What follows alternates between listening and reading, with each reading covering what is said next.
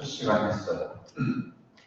욥기서는 이스라엘 백성들이 바벨론 포로로 잡혀갔다가 돌아온 BC 530년, 그러니까 4세기 말쯤에 쓰여진 책이다.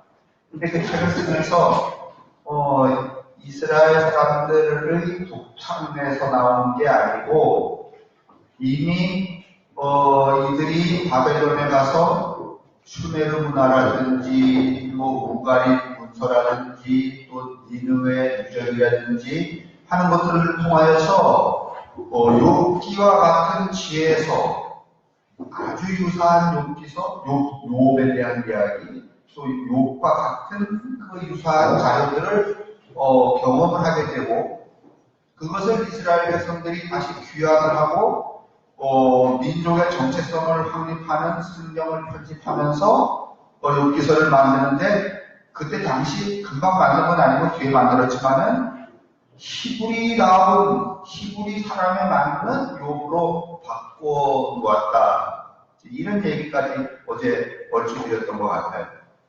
그래서 제가 처음 시작할 때 무슨 얘기들을 들으면 태풍이라고 말하는 그 그리스의 신 얘기를 드려서 우리 속에 있는 그 격격으로 이렇게 있는 그 면들을 벗겨내는 일을 얘기도 하다, 그런 말씀을 드렸고, 또 하나는 이제 사실 지나간 성황교회가 살아온 59년은 우리에게 별로 지금 참고가 되지 않아요.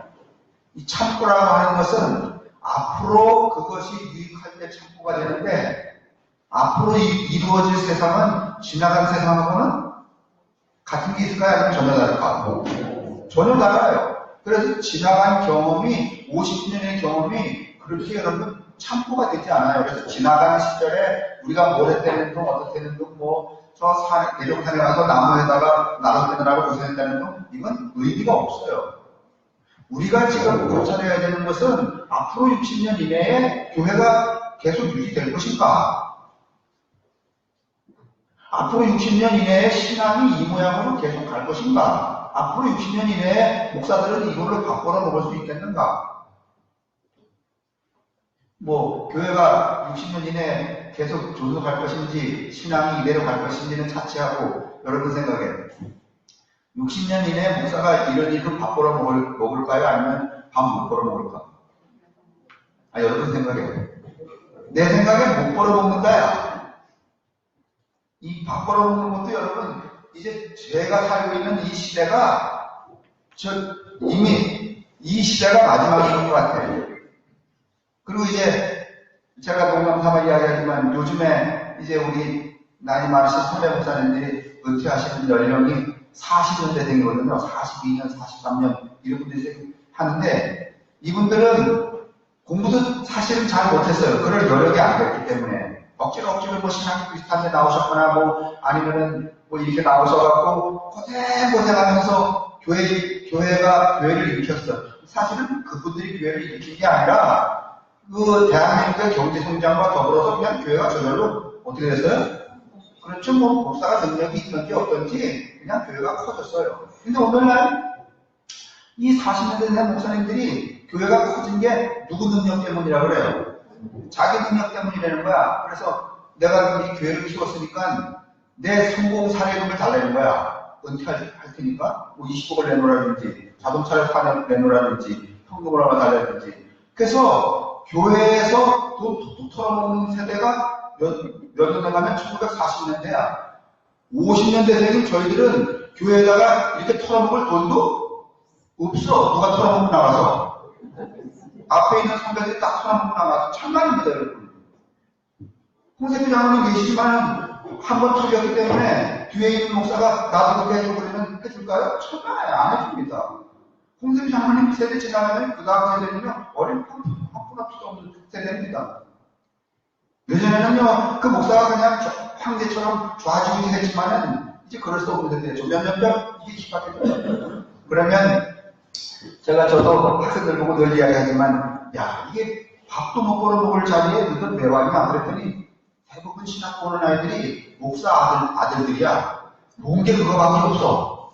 그래서 대부분 신학교 그러는 거야. 제가 신학교 갈 때는요, 80년대, 뭐 70년대 말, 80년대 초는 신학교 가면은 목사 장로 자녀는 10%, 나머지는 다 지질이 어렵고 고생하고 말이지, 이런 뭐 부모님 교회도 안 나오고 이런 애들이 다 신학교 왔어요. 요즘에는 그런 학생은요, 부모님이 목사도 아니고 장로도 아닌 경우는 한 반에 5명도 안 돼. 그러니까 또 어떤 현상이 생기냐면 그 목사들 자녀들이 그렇게 학교를 가니까 또 신학교 나오고 그러니까 갖다 놓고 그러니까 또 뭘 하려고 애를 쓰는 거야? 세습하려고 또 애를 쓰는 거야. 어떻게든지.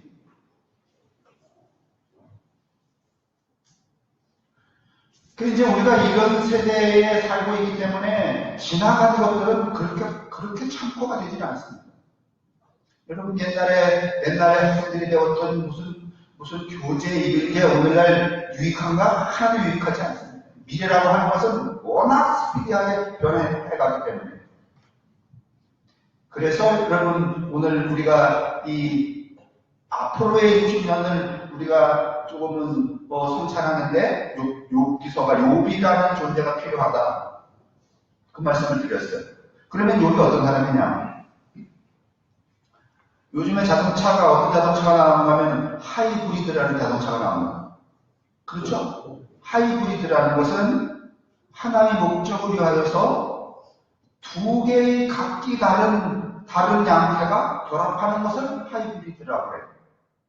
달라. 다시 말하면 무슨 수소와 전기 이건 달라요. 성격 자체가. 근데 이게 어떻게 하는 거야?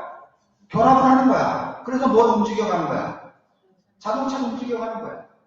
이걸 하이브리드라고 그래. 그러면 오늘날 우리가 살고 있는 이 시대가 기계 문명만 하이브리드냐? 기계는 각기 다른 이런 양태와 이런 양태가 결합해서 뭔가를 만들어 간단 말이에요. 그러면 사람의 머리, 사고, 상상력, 신념, 이데올로기도 여러분 하이브리드가 돼야 돼요? 안 돼야 돼요?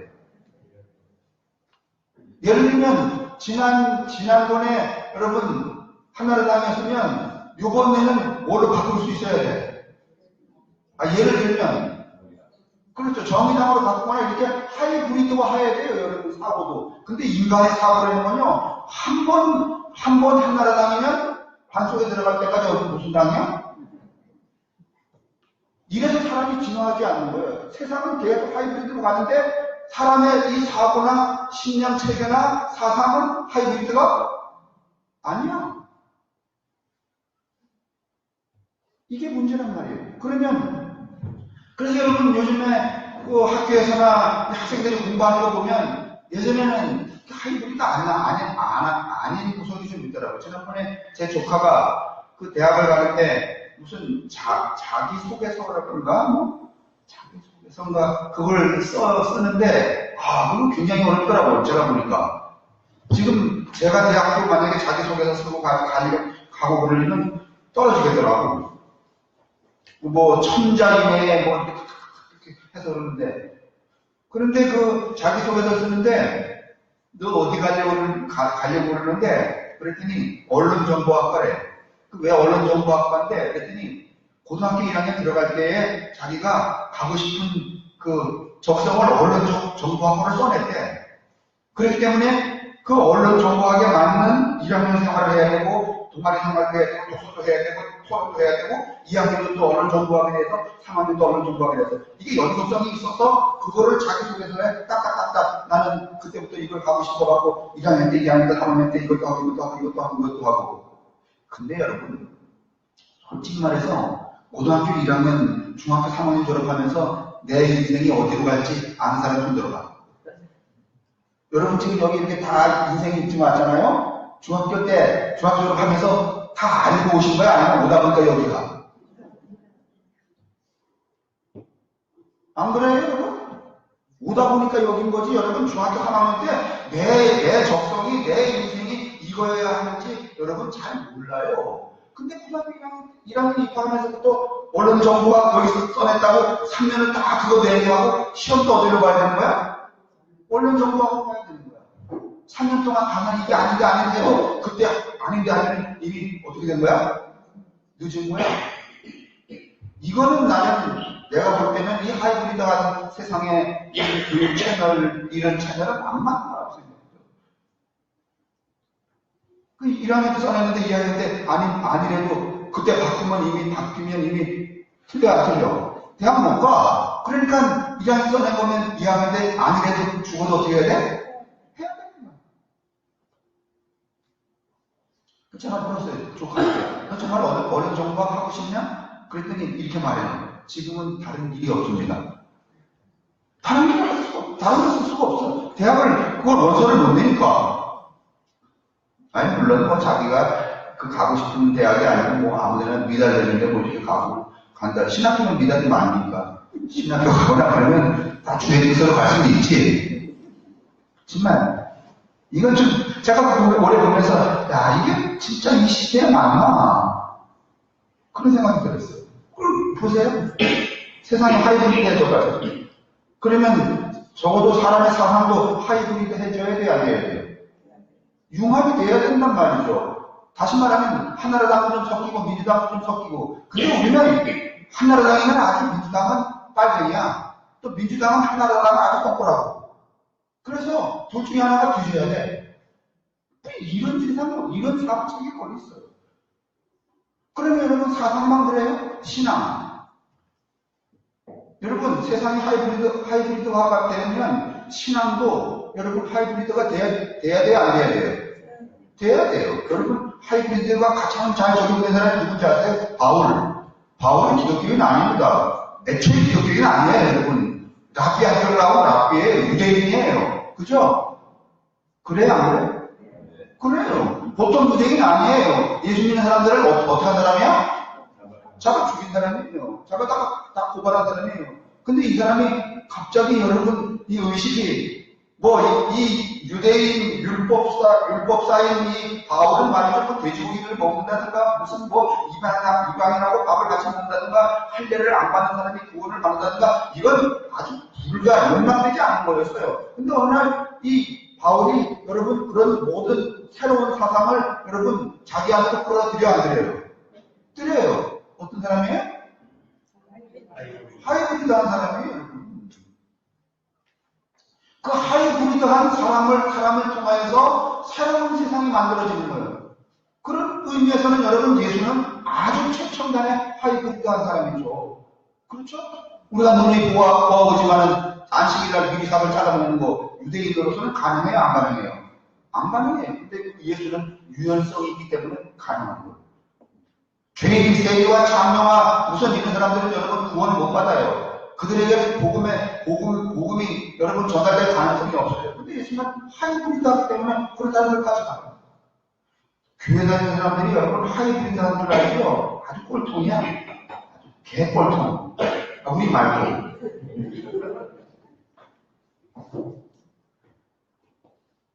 결국은 여러분 이렇게 고착이 되어 있으면은요, 사상이 고착되어 있으면은요, 그거는 고착이라는 것은 경도되는 거야. 딱딱해지는 거예요. 딱딱해지지만 생명이 아니고. 율법이 여러분 고착이 돼갖고서는 경도됐죠. 딱딱해졌죠. 율법의 항목이 얼마나 많아요. 사람이 음식도 할 수 있어 없어? 없어요. 그러니까 사람이 배제되고 뭐만 남는 거야? 율법만 남는 거잖아요. 그래서 여러분 유대인이 다 소멸된 거 아니에요. 근데 오늘날 기독교인이 여러분 그렇게 하이브리드 유연성이 있어야 아니면 아주 꼴통들이야.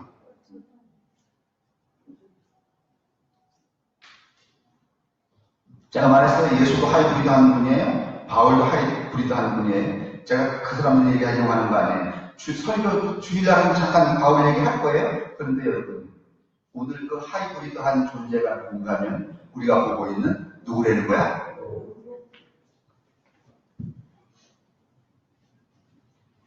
그러니 여러분 그 자기가 이렇게 기계를 사용하고 있으면서 자기 생각이나 자기 신념이나 자기 사상도 좀 하이브리드 하도록 유연성을 갖도록 서로 달라요. 대극적일 수 있어요. 그러나 그게 융합해야 돼. 여러분 물과 불이 친구야 아니면 원수야? 물하고 불이요 친구지간이야 원수지간이야? 근데 그 물과 불이요 여러분 하이브리드하게 융합이 돼야지만 빵 붙여먹고 국수도 고기도 삶아 먹고 밥도 해 먹고 고기도 구워 먹어요. 네? 안 그래요? 물로 끓잖아요. 근데 물은 또 뭘로 끓여요? 뭘로 끓여요? 그게 여러분 하이브리드한 상태예요. 그게 여러분 세상의 모든 게 이렇습니다. 근데 우리는 뭔가는 이웃과 원수가 아주 분명하거든. 오늘 우리가 추구하는 것은 뭔가는 어떻게 우리의 신념, 우리의 사상, 사고, 경험들을 하이브리드하게 가져갈 것인가. 그게 오늘 우리의 관건이에요. 그 사람 중에 하나를 누구에서 보는가면 요구에게서. 여러분, 이 하이브리드를 좀 잘 기억하셨으면 좋겠어요. 사실은 제가 이 이야기는 네 번째 마지막 시간에 썼어야 되는 이 용어인데, 오늘 뭐 제가 이 서두를 뭘로 할까, 이렇게 곰곰이 생각하면 마땅한 게 없었어. 그래서 그냥 오늘 미리 써먹고, 맨 마지막에 또 어떻게 뭐가 생기겠지 하고 그냥 믿는 마음으로. 욥이 그런 존재란 말이에요. 그런 관점에서 욥기를 보면은 뭔가는 새로운 눈이 욥기서를 통해서 지금까지는 여러분 여기서 아무리 보고 여기서 아무리 들어봤자 이거야. 인내했더니 하나님께서 뭐 했더라? 복을 곱배기로 주셨더라. 그래서 어떻게 되는 거야? 이 욥은요 곱배기로 받은 다음에 더 고마워하지 않아요. 고마워하지 않는 걸 왜 우리는 자꾸 이제 이 시선을 좀 버릴 수 있게 되겠죠? 그래서 욥은 하이브리드한 존재다. 어떻게 하이브리드한가? 욥이 놓여져 있는 여러분 이제 이거 결혼해 가는 건데 욥이 놓여져 있는 세상을 한번 보세요. 어디쯤인가 하면은 여러분 아브라함 시대쯤이라고 그랬어요. BC 1200년, 1250년, 1300년 이쯤에 살고 있었대요. 그러면 아브라함은 여러분 다른 삶의 시스템에서 뛰어나온 사람이 안 뛰어나온 사람이에요? 뛰어나온 사람이에요. 네? 갈대아 우르에서도 나왔잖아요. 근데 거기서 왜 나오는가 하면 무슨 우상을 섬기고 그건 잘 모르지만 사회적인 배경을 모르지만 그래서 나왔다는 거 아니에요. 그러면 나왔으면 새로운 삶의 시스템이 있어야 돼 없어야 돼? 새로운 삶을 살려면 여러분 뭘 바꿔야 돼? 생각을 바꿔야 되죠. 사상을 바꿔야 되죠. 여러분 새로운 삶이라는 것은 뭐가 바뀌어지는 거야? 장롱이 바뀌어지는 거 아닙니다. 뭐가 바뀌어져야 되는 거야? 사상이 바뀌어져야 되는 거예요, 여러분. 욥이라고 하는 존재는 여러분 생각을 바꾼 사람이에요, 생각을. 제가 이제 구약 성경, 구약 이야기 할 때 여러분 사실은 뭐 길가메시라든가 이 구약 성경이 생겨나기 전에 이미 메소포타미아에 이 무슨 창세, 설화 이런 것들이 굉장히 많았잖아요. 그런데 이 사람들 이 길가메시 소사시 같은 데서 보면은 대부분의 이 하나님과 신과 인간의 개념이 어떻게 설정되어 있는가 하면 신하고 인간하고 동등해요? 아니면 신을 위해서 인간을 수모품으로 만든 거야? 수모품으로 만들었죠. 그래서 인간은 신 앞에서 여러분 고개를 들고 빳빳이 들고 당신 누구야? 이럴 수 있어요? 아니면 그냥 이렇게 닭대가리처럼 수그리고 말이지 하나없어서 이래야 돼. 그래야 되죠. 그게 여러분 전통적으로 신과 인간의 관계였어요. 그게 신의 자리였고 그게 인간의 자리였어요. 근데 여러분 이스라엘 백성들은요 이 모세오경을 쓰면서 창세기를 쓰면서 어떻게 했는가 하면 신이 그런 분이 아니고 우리의 신은 그런 분이 아니고 우리를 위하여서 여세 동안 일하고 며칠 동안 하루 쉬신 분이라는 거예요. 그리고 그 만든 모든 것들을 우리를 또 인간을 당신의 종 노예로 만들지 않고 누구와 같은 형상으로 당신의 형상으로 만들었다는 거예요. 동등하게. 그리고 우리를 내가 쉬었으니까 너희도 쉬라고 그러고 당신이 만든 것을 우리한테 다 맡기면서 이거 너희들 다 써라 알아서 잘 관리하면 이랬다는 거 알고 있다는 거야. 이 여러분 이스라엘 백성들이 가지고 이렇게 새롭게 정한한 이 신개념은 당시 주변국에 있는 무슨 뭐 아시리아나 메소포타미아나 바벨론에 있는 신개념하고 완전히 달라 안 달라? 네? 달라요. 그때 당시에 다른 민족들의 신개념은 종속개념이야. 신이 여기 있고 인간을 뭐로 만드는 거야? 노예로 만드는 거야, 노예로. 그런데 여러분 이스라엘 사람들, 히브리 사람들의 신개념은 사람을 노예로 만들었다는 거야? 아니면 신과 동등하게 만들었다는 거야? 여러분, 달라졌어요? 안 달라졌어요? 네? 이 시점에 누가 등장하는가 하면 욥이 등장합니다.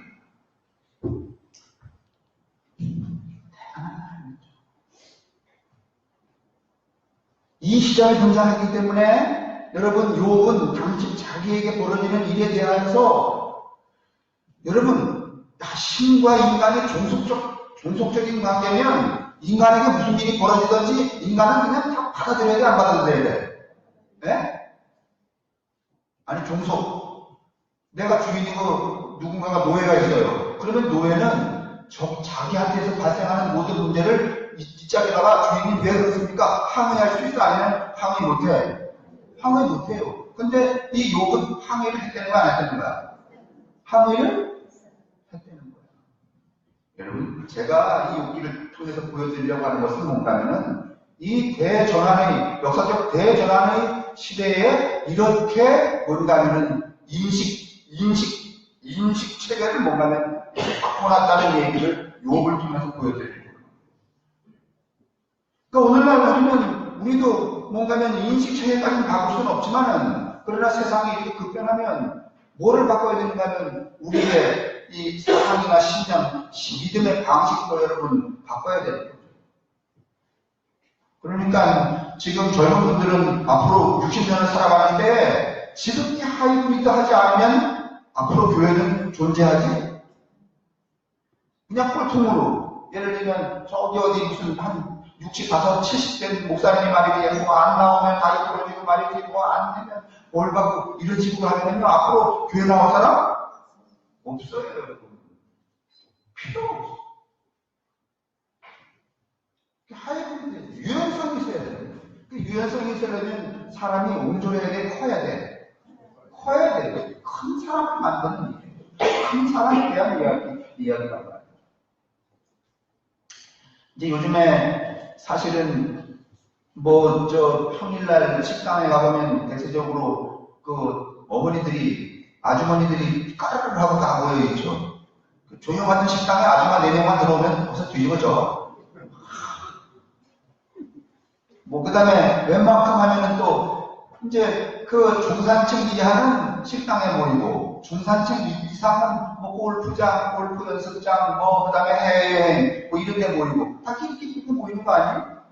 그런데 만약에 오늘 여러분들이 옛날 우리 어머니처럼 아침에 일어나서 그 덮보리 가져가고 방아 쪄가고 말이지, 저녁 준비하고, 그 다음에 새참 내가고 말이지, 불 때서 밥하고 말이지, 빨래 빨아서 저기 풀 먹이고 이러면 빵집에 갈 시간, 찻집에 갈 시간, 식당에 가서 까르르 할 시간, 골프 연장에 갈 시간 있겠어, 없겠어?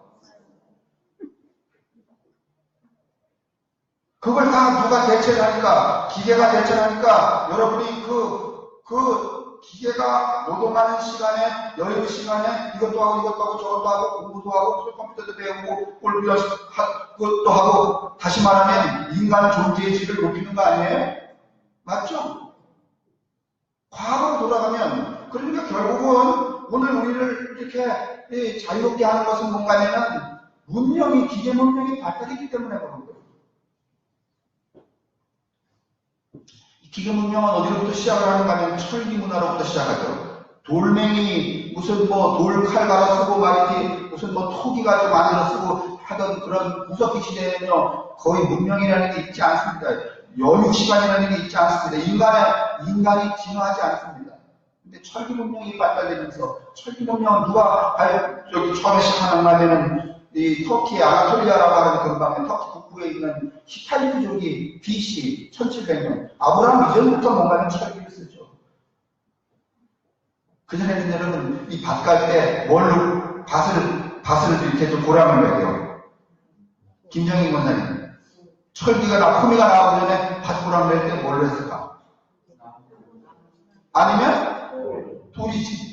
그러면 그 나무로 고랑내고 돌로 고랑내는 밭에서 나오는 여러분 고구마가 한 100가마 됐을까? 아니면 한 바구니밖에 안 됐을까? 그런데 철기가 나와서는 호미가 생겼어요. 2고랑 하던 걸 몇 고랑 하기 시작한 거야. B가 나왔는데 3g밖에 안 할까? 짝대기로 2g 있는데 여러분 정말 너무 인색해 진짜. 그렇게 하니까 아직도 중산층 이하로 살지. 아니 왜 10g 한 거를 왜 3g만 파는 거야? 그래 10g에다가 고구마 심었어요. 그러니까 여러분 식량이 증산이 돼야 안 돼. 식량이 증산이 되니까 식량이 모자라서 식량 찾으러 돌아다니던 그 시간이 줄어들어 안 줄어들어? 줄어들죠. 그럼 줄어드는 시간이 뭐 하는 거야? 그렇지, 골프 치러 가고 다방에 가서 차 마시고 빵집에 가고 수다 떨고 이러는 거지. 결국은요 이 기계 문명이 발달이 되어서 인간이 무슨 문자도 배우기 시작했고 10시간도 있었고 자기 개발도 할 수 있었고 이런 것들입니다. 그래서 여러분 이 10세기 16세기에 히타이트가 가지고 있었던 철기 문명이 여러분 9세기경 8세기 말에 누구에 의해서 이 히타이트가 망하는가 하면 도리아족이라고 하는 도리아족에게 망하죠. 그 도리아족이 여러분 9세기에 또 이 전 유럽을 지배하고 여러분 그리스까지를 점령하는데 이 BC 7세기에 이르러서 이 그리스가 말이죠. 너무 산악지대가 많아서 하나를 통치를 못해요. 그래서 소위 말하면 시민국가, 이 폴리스가 많이 만들어지기 시작하는 거예요. 시민국가가 막 200개, 300개만 만들어져요.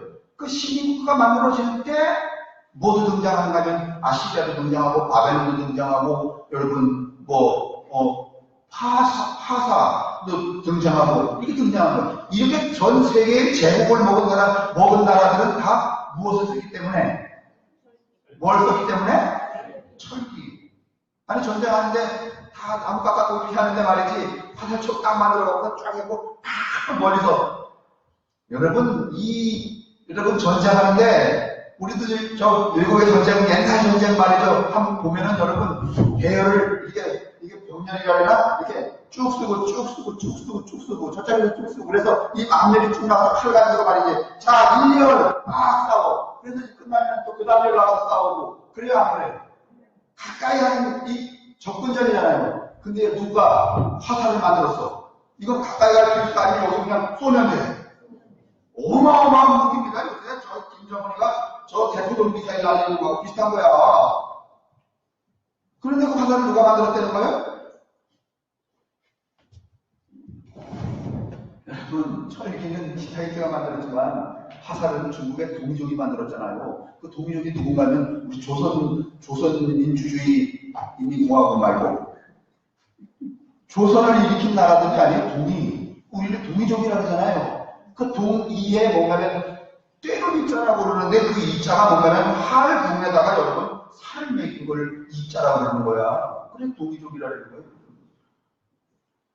그 이제 철기 문화가 이제 그렇게 번성을 하면서 전 세계를 먹기 시작하죠. 여러분 1206년에 여러분 징기스칸이 등장하죠. 징기스칸이 유럽까지 가죠. 인도까지 가잖아요. 징기스칸은 여러분 칼로 가는 게 아니라 뭘로 다녔어요? 말로 갔죠. 1200년 그때만 해도요, 여러분, 요즘에는 전쟁하러 가려면 비행기 타거나 차 타고 가잖아요. 그전에는 어떻게 했어요? 군인들이 전쟁하러 나가려면 차 타고 가려면 걸어가요. 그럼 하루에 저기 대군이 말이지, 한 10만 명이 걸어가면은 30km 갈까? 한 10,000명이. 양일권산이. 군인들이 말이지, 한 10,000명이 말이지 걸어가면은 30km 갈까요, 하루에? 그리고 20km 간대. 근데 징기스칸은요, 말을 타고 20km를 몇 분에 가는 거야? 말 타고 20km 가면 몇 분에 가겠어요?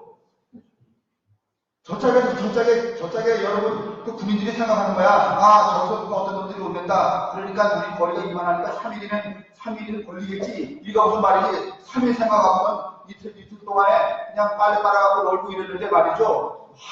한나절에 그냥 적군이 징기스칸 군대가 쳐들어온 거야. 그러면 빠스바람으로 다 죽어버린 거야. 그래서 세계를 먹어버린 거예요, 징기스칸이. 그렇죠? 근데 이제 그리스에 와서 철기 문명이 꽃을 피워요. 그 철기 문명이 꽃을 피우니까 여행 시간이 많이 남잖아요. 여행 시간이 많이 남으니까 이 백성들이 이 원래 에게 문명이라는 게 있는데, 에게 문명에 선형 문자라는 게 있어요. 선형 문자를 통해서 뭘 터득하는가 하면요, 글자를 터득하기 시작해요. 그래서 전 세계의 신화가 제일 먼저 구축되는 데가 어디야? 어디요? 신화 그러면 무슨 신화야? 그 왜 그런가 하면 여러분, 이 철기 문명 때문에 잉여 농산물이 생겨나고, 그래서 여가 시간이 생겨났기 때문에 그들이 머리를 키울 수 있었던 거예요. 그래서 그들이 뭔가 물자를 터득하고, 그 다음에 뭐 수사학, 철학, 논리학, 문화, 뭐 이런 것들을 이렇게 왕성하게 퍼뜨리고, 그 사이에 뭐를 만드는가 하면, 여러분, 이 어마어마한 이제 서사나 뭐 이런 것들 만들죠. 법전도 만들고 말이에요. 그게 그리스죠. 거기에 등장한 사람들이 지난 시간에 말씀드렸지만 소피스트, 철학자들. 그 철학자들은 뭐 많잖아요. 그게 뭔가 플라톤 이후에 소크라테스, 아리스토텔레스 다 그때 등장한 거야. 이 소크라테스, 아리스토텔레스도 뭐 없으면, 뭐가 없었으면? 철기 없었으면 여러분, 걔들도 여전히 뭐 하고 있을 거야? 그렇죠. 돌멩이도 바꾸라고 해줄 거야. 그러면 여러분, 서양이 그럴 때 등장하면요, 여러분, 신라의 그 근관이나 이런, 우리 지난번에 저기 김해 갔다 오신 분들, 김해 갔다 왔잖아요, 김해. 어떤 자식이 말이지, 사도 바울이 김해로 들어왔다 그래가지고 우리가 사도 바울 찾으러 갔었잖아요. 기억 안 나요? 아유, 개뻥 치는 것도 참. 근데 그 김해 가니까 여러분, 그 김해 박물관에 가보니까 여러분 그 금붙이 막 그렇게 나오잖아요. 거기가 가야, 무슨 뭐 대가야 수바야든지 가야 문명 있고 신라가 등장했을 텐데, 거기 보면은 여러분 이 두 번 쓰고 이런 게 다 어디 사람들이냐면 스키타이잖아요. 스키타이가 어디로 여러분 동방으로 뭘 옮기는가 하면 철기 문명을 옮겨요. 그래서 중국에 도달하는 거예요, 여러분. 중국에도 여러분 그리스하고 다를 바가 없어요. 철기로다가 여러분 인양생산물이 생겨나고 그러니까 여유로운 시간이 많이 생기잖아요. 그러니까 그 여유로운 시간에 공부를, 문자를 터득한 사람들이 뭘 만드는가 하면 제자백과, 일도 안 하고 그렇다고 지배자도 아닌 중간층, 그게 뭔가면 공자, 맹자, 논어 뭐 이런 것들이잖아요. 동서양이 여러분 맥이 거의 비슷해요. 서양으로 퍼뜨려진 이 철기 문명 때문에 바벨론도 있고 무슨 뭐 아수르도 있고 무슨 뭐 페르시아도 있는 거예요. 성경에 나오는 그 이야기들이 대부분 다. 오늘 첫 페이지 보겠습니다. 몇 페이지인가 하면 6페이지죠. 6페이지.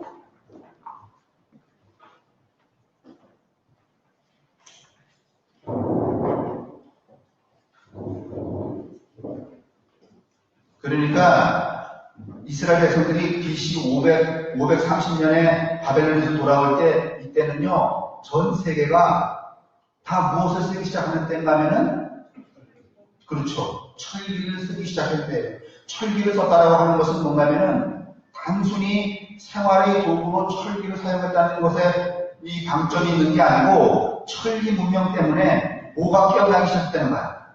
사람들의 머리가 깨어나기 시작했다는 거예요. 새로운 사상을 갖기 시작했다는 거예요. 새로운 관점을 갖기 시작했다는 거예요. 그게 뭔가 하면 동서양의 공통점이에요. 오늘 우리가 보고 있는 이 성서도 마찬가지예요. 자, 첫 번째, 욥 이야기의 원본.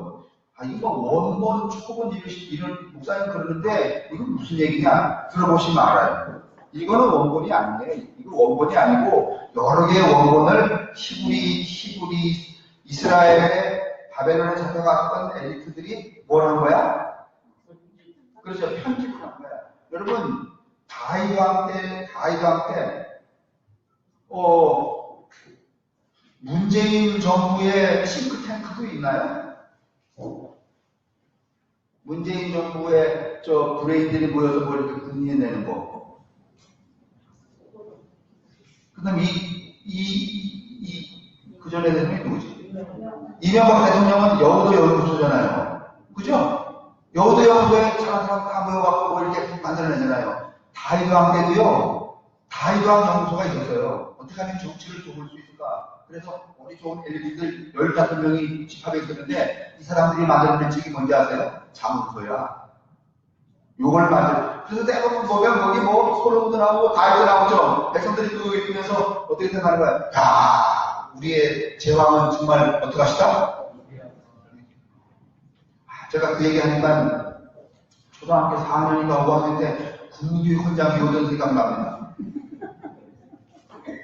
우리는 민족 중에 뭐 역사적 사명을 띠고 이 땅에 태어났다. 가슴이 벌써 그래지죠. 야, 내가 굉장한 사람이라고.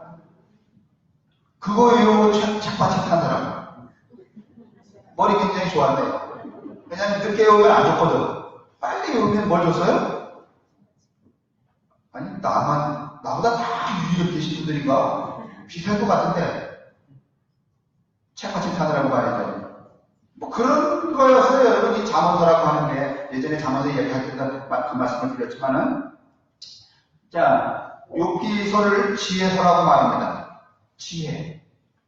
여러분, 이 지혜라고 하는 것이, 지혜라고 하는 게 철학이라든지 사상이라든지 논리학이라든지 수학 이런 게 나오기 이전에 인간들이 경험했던 인간 삶에 또는 인간에게 유익한 어떤 이야기들을 지혜라고 해요. 근데 이거는 뭔가면 철학이나 사상이 등장하기 이전에 만들어지는 것. 우리나라의 명심보가 같은 것에 해당을 하죠. 지혜는 그리스도가 오시기 1000년 전 혹은 그보다 더 오래된 세월 동안 국제적인 방법으로 존재하고 있습니다. 내가 하도 뭐 메소포타미아 읽으면 여러분 머리 아플까봐 조금 생경한 말, 국제적인 방법을 썼어요. 그 말은 뭔가면은 이스라엘 백성들이 여기서 만든 게 이미 2000년, 2500년 전에 그 주변 국가에 널려 있는 게 뭐였다고? 널려 있는 게 뭐였다고요?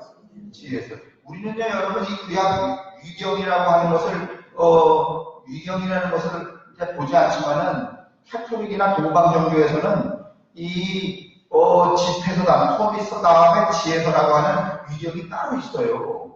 그래서 그런 것들을 참고해요. 우리는 별로 참고하지 않는데, 참고하는 목사님도 많이 계시긴 하죠. 그러니까 세 번째 줄에 지혜는 반드시 팔레스타인 내부에만 국한된 것이 아니라는 것이죠. 그러니까 이스라엘 사람들만 지혜 이만 쓰는 게 아니에요. 이미 지혜는요, 그 주변국에서 몇 년 전부터? 그렇죠. 1000년도 더 된 얘기예요. 그러니까 무슨 지혜가 많이 듣고 이스라엘 백성들이 하나님께로부터 거기서부터 시작되는 얘기 아니에요. 앞에서 국제적이라는 말은 이집트, 에돔, 팔레스타인, 시리아, 바벨론의 세계, 많이 주변국의 큰 나라들을 말하는 거예요. 이스라엘은 사실 나라라고 말하기도 어려워요. 지금도 여러분 이스라엘 다 가져봤자 어느 나라 가면 강원도 인구만 하잖아요. 인구 몇 명이에요? 이스라엘.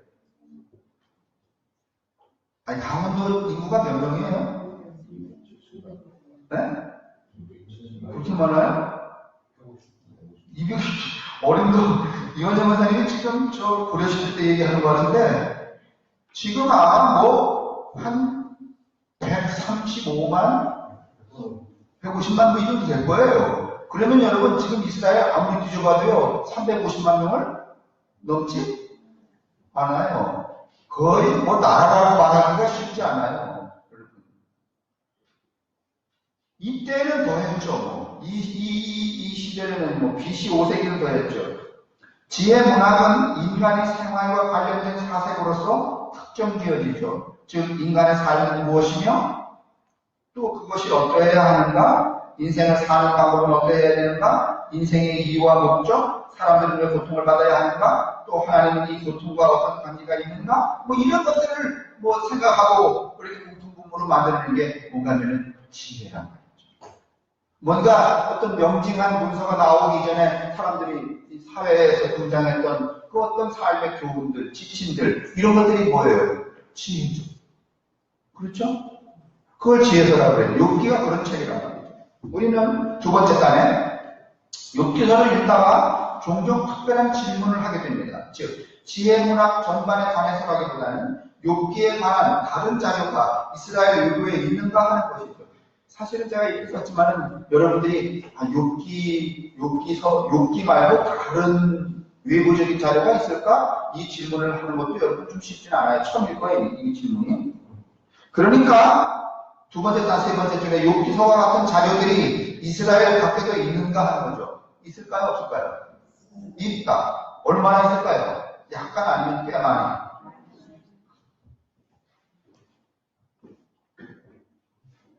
그렇습니다. 대략 7종류쯤 됩니다. 물론 고대 문헌들이죠. 즉, 3개는 이집트 문헌이고 3개는 바벨론 문헌이고, 그러니까 이집트 욥기서 지에서, 바벨론 지에서 욥기서, 그 다음에 수메르 욥기서 지에서, 이렇게 말할 수 있는. 그러니까 이 욥에 관한, 욥과 같은 지혜에 관한 이야기는 성경에만 있는 게 아니다. 성경에 처음 등장한 것도 이다 아니다. 아니다. 이집트 문헌 중에 첫 번째 나오는 것은 능변을 지닌 농부의 항변입니다. 비슷하죠? 욥의 항변 이렇게. 이 문헌은 욥기서처럼 서문과 발문으로 구성되어 있습니다.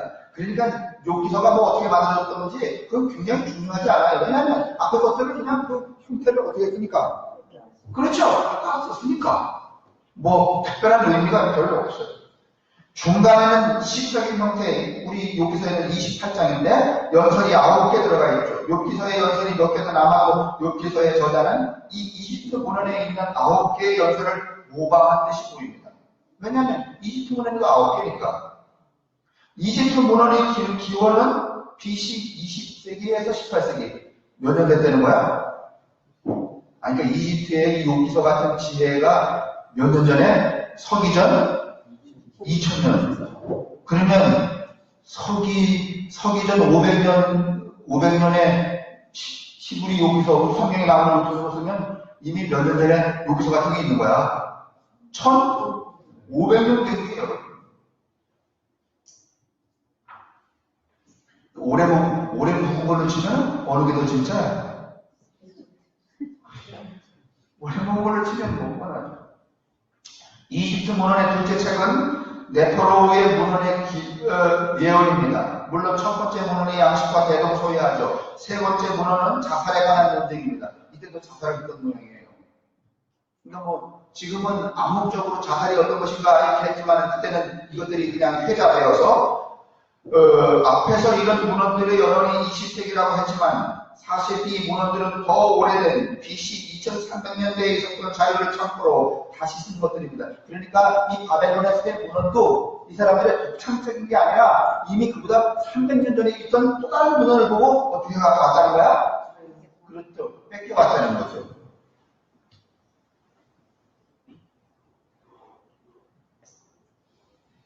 그 다음에 네 번째 장 맨 밑에 앞에 거는 뭔가 하면 이집트에 있는 욥기서와 같은 지혜서를 말했고 바벨론 문헌을 또 말할게요. 이집트하고 바벨론 여러분 다 공감하시죠? 바벨론 문헌의 첫 번째 책은 바벨론의 신정론, 두 번째는 바벨론의 전도서, 그 다음에 세 번째는 인간의 비참에 대한 대화. 이렇게 여기 세 번째 한번 보세요. 인간의 무엇에 대한 대화? 비참에 대한 대화. 이거 어디하고 비슷하지? 욥기서하고 비슷하잖아요. 비참한 대화. 기원전 1400년에서 1000년 사이에 기록되어 있는데 두 번째 책이 주인과 하인 사이의 비관적인 대화죠. 이 문헌에는 인간 생활의 모든 문제들이 거론되고 있습니다. 그러면서 이 모든 인간 생활의 행위들이 헛되다고 되어 있습니다. 여기서 다루는 인간 삶은 권력, 여인, 야식, 사업, 용서, 조교 이게 다 헛되다는 거야. 그러니까 뭐 전도서에 헛되고 헛되다 이거 썼다고 해서 그걸 무슨 솔로몬이나 다윗이 말이지 똑똑해서 쓴 거? 이다 아니다. 1500년부터 다른 나라에 다 헛되다고 나왔는데 지가 무슨 훌륭하다고 또 그랬을까? 그렇지 않다는 거죠. 그리고 바벨론의 세 번째 책이 바벨론의 욥입니다. 어디에 욥? 그래서 이제 제가 당분간 오늘 이 시간에는 히브리 욥과 바벨론 욥 이렇게 분간해서 쓰겠어요. 욥인데 하나는 바벨론에 나온 욥이고 하나는 어디에 있는 욥이야? 히브리에 나온 욥. 7페이지. 그 다음에 이렇게 이집트 문헌 3개 있고 바벨론 문헌 3개 있고 나머지 하나가 수메르 문헌인데 수메르 문헌은 뭐 여러분 아시죠? 3000년 1700, 2000년 전, 2000, 3700, 4000년, 5000년 됐다고 말하는 수메르 문화는 우리 인류상 제일 오래된 문화가 이 수메르 문화라 그러죠. 근데 또 여러분 성실에 가면은, 어딘가, 여리고에 가면은, 여리고성 보면은, 여리고 가보셨죠? 네? 여리고에 보면 이렇게 꼭대기에 무슨 성 이렇게 하는 거 있잖아요. 그건 몇 년 됐는가 하면 1만 년 됐다는 거 아니에요? 잘 몰라요, 이게 진짜. 인간과 그의 하나님이라는 제목으로 되어 있어요. 수메르 문헌이. 기원전 1700년, 이게 옛날 얘기니까 1700년, 2500년 말하는 것도 있고, 바벨론의 욥과 비슷하게 꾸며져 있는데, 우리 성경에 기록된 욥의 처지와 비슷한 내용들로 되어 있습니다. 그러니까 이 이집트, 바벨론, 수메르에 있는 이 욥과 같은 비슷한 얘기가 그냥 널널고 있는 거야. 아주 오래전부터. 근데 떠돌이로 말이지, 종이 조각이 하나 없이 그냥 구전으로 모든 걸 전하면서 살던 이스라엘 백성들이 바벨론을 딱 가서 포로로 지내보니까 눈이 휘둥그레지 않은 거거든요. 눈이 휘둥그레죠. 별별 게 다 있거든. 나라 포로를 만들려면 뭐가 있어야 되는구나? 이런 게 있어야 되는. 이렇게 생각을 하게 되는 거죠. 그래서 이제 에스라를 중심으로 해서 돌아와서 이제 편집을 하기 시작하는 거죠. 어제도 말씀드렸지만 7페이지 두 번째 단에 이러한 고대 중동의 문헌과 히브리의 욥기 사이에는 여러 가지의 공통된 특징이 있습니다. 즉 문문 사이에 들어있는 두 개의 사문이라는 구성이 동일하는 이 편집 양태는 똑같아요.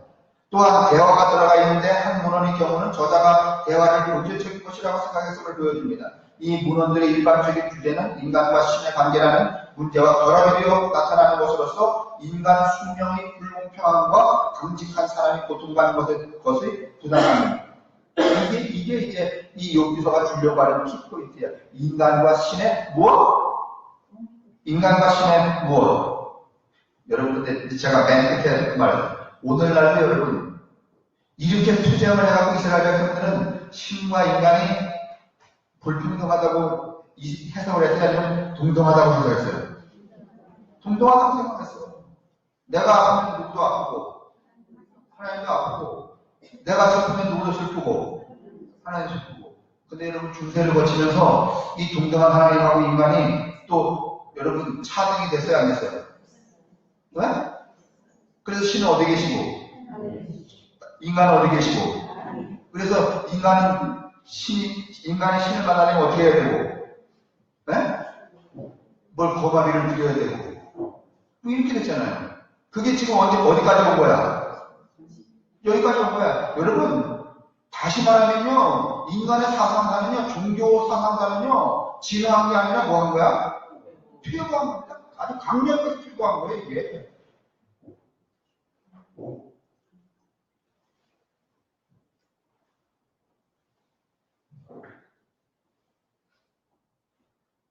이스라엘 백성들이 여러분 얼마나 신과 인간을 합일시켰으면은 인간이 잡아서 바치는 이 재물에 신이 말이지 내려가고 뭘로 응답을 했대? 불로 응답을 했다는 거 아니에요. 그게 가까웠어요. 근데 그게 뭔가 하면은 이 제도 종교가 되면서부터 이게 좀 떨어진 거예요. 오늘 우리가 제가 여러분이 신앙생활 하는데 오늘도 내가 길을 걸으면서 하나님이 나와 함께 이렇게 같이 계시는구나. 하나님의 숨소리가 들리네. 이래요? 아니면은 그냥 쌩한 나는 낮에 살다가 교회 와서 목사님 이렇게 둘러는 뭐 이렇게 울고 끄고 나면 옷 그 다음에 무슨 세레모니를 통해서 저기 계시는구나. 어딘지 모르지만 그래요. 네? 이게 굉장히 웃기는 거야. 지금 오늘날 이 종교라는 게 여러분 퇴행도 이런 퇴행이 없어요.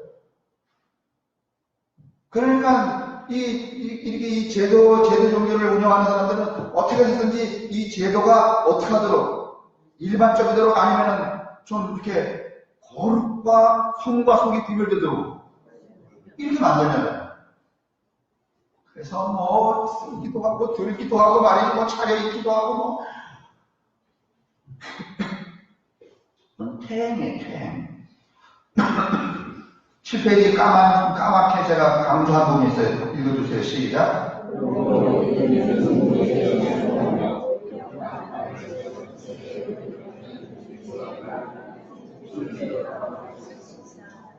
그렇다고 욥기는 중동의 다른 지역에서 산출된 현재 존재하는 같은 류의 작품들보다 훨씬 늦게 적어도 1000년이나 뒤에 기록되었습니다. 1000년 뒤에 기록이 되었고, 그 다음에 이 중동 지역에 기록한 방어 지역의 삶의 앞에서 나온 것이라고 해서 이 욥기서가 그 중동 지역의 이 문서들과 똑같은 것은 아닙니다. 히브리 사람들이 삶의 여유를 갖고 인간의 삶과 삶의 문제에 대해서 생각을 두루두루 하게 된 것은 중동의 여타들보다 훨씬 뒤입니다. 그러니 당연히 이런 문학도 뒤에 만들어지게 되죠. 이집트와 메소포타미아보다 훨씬 뒤에 인간 문명이 발달했다는 뜻입니다. 그렇다고 욥기서가 앞서 언급한 6개의 문헌 중에 어느 하나를 그대로 독사했다는 말은 아닙니다. 사실 그럴 필요도 없었을 것입니다. 그러나 그런 문체와 구성은 틀림없이 앞서 문서들을 모방한 것은 분명합니다. 뿐만 아니라 사상의 내용도 동일합니다. 그러면 왜 히브리 사람들은 그 중동 근방의 여러 나라에 있었던 비슷한 이야기들을 이렇게 같은 이름으로 편집을 해서 이렇게 자기들의 지혜에서 교훈으로 삼았을까? 왜?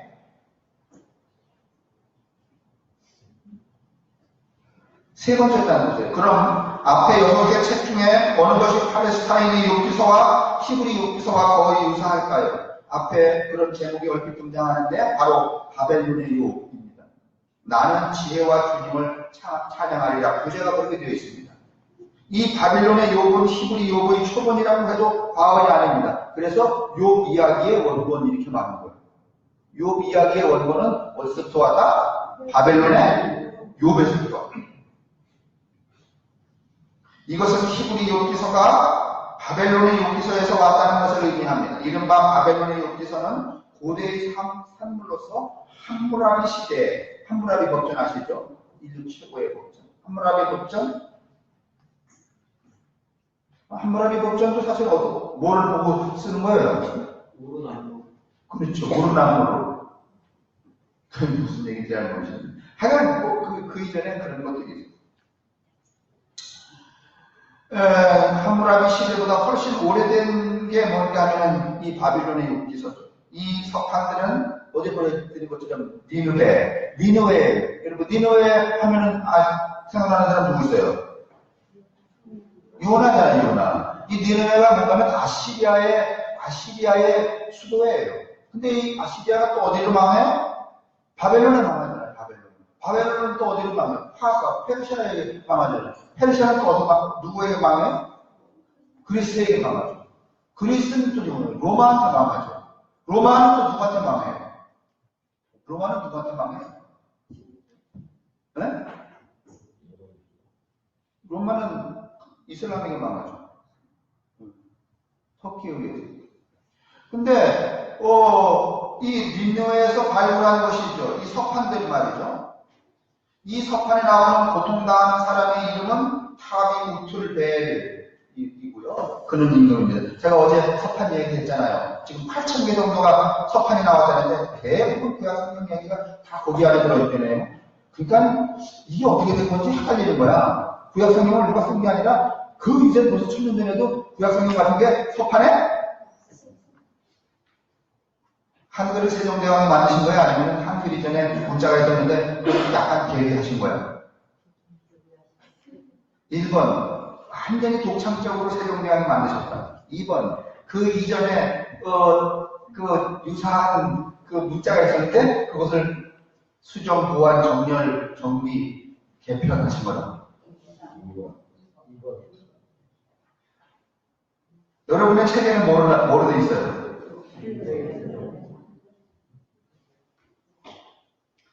그러니 참 우리가 어떤 역사를 따라가야 되는지 헷갈려요. 그걸 말이지. 저도 한때 신학교 갔다가 1학년 마치고선 이제 선생님하고 싸워갖고 때려치우고 누구를 만나는가 하면은 도서관에서 책을 딱 보는데 새내기 풍류라는 책을 딱 열었더니 거기에 뭐가 나오는가 하면은 단군신화 10년구라는 단군신화 이게 왜 그렇게 제가 신화 공부하는 놈이 또 신화에 관심이 많던지 그래서 그걸 딱 봤더니 전라도 장성이야. 그래서 내가 새내기 풍류에 전화했더니 장성원 북이면 10평이 1320에 13번지래. 그래서 제가 그 용산에 가서 기차를 타고 장성원 갔잖아. 백양역에 딱 내려가서 그 집을 찾아갔더니 고래떡 같은 기와집인데 딱 들어가는데 어떻게 썼냐면 광산 김식 대정돈 이렇게 써놨더라고. 마루가 이렇게 있는데 말이죠. 제가 그 김재설이라는 선생님을 만나면서부터 무슨 얘기를 듣는가 하면 한국의 고대사를 들어요. 무슨 윤내현이라는 그 한국 우리나라의 지도가 뭔가 하면 저 중국의 요령성 북까지가 우리 조선의 땅이라고 하는 이야기가 이제 책이 실렸는지 모르겠는데 그게 이제 윤내현이라는 분이 이제 당국대 교수하신 분이 내는 건데 벌써 그 이전에 그 김재석을 선생님을 통하여서 나는 그 얘기를 그 신화 얘기를 끊임없이 들었어요. 야 진짜 한국의 역사를 살 수 있는 것 같더라고요. 얼마나 흥분이 됐는지. 그때 제가 계속 그 길로 갔으면은 완전히 제야사학자가 돼갖고 돌멩이를 흠씬 묻어 터뜨든지 지금도 그런 분들 많아요. 제야사학자들. 한국이 말이죠. 저기 어디 아프리카에서부터 10원이 돼가고 또 기독교인들 중에서는 함과 셈과 야외 중에서 말이죠. 셈 족속이 어떻게? 멜기세덱의 후예로서 말이지. 지금 전에 강촌교회 하시던 김성호 목사님이 멜기세덱 운운해서 제가 한 2박 3일 붙은 적이 있었어요. 무슨 귀신 시타라고 하는 소리라고. 그러니까 오늘 이 욥기서 이제 그런 신화와 비신화 이 사이에서 막 혼재되어 있는 이제 이 맨 마지막 단 한번 보세요. 요한 크리소스톰이라고 하는 교부가 계신데 이게 이제 서기 300년, 400년 이 시대 사람이에요. 근데 이분들이 무슨 얘기를 하는가 하면 욥의 고향이 욥은 실제적인 인물이고 고향이 에돔 사람이라는 거예요.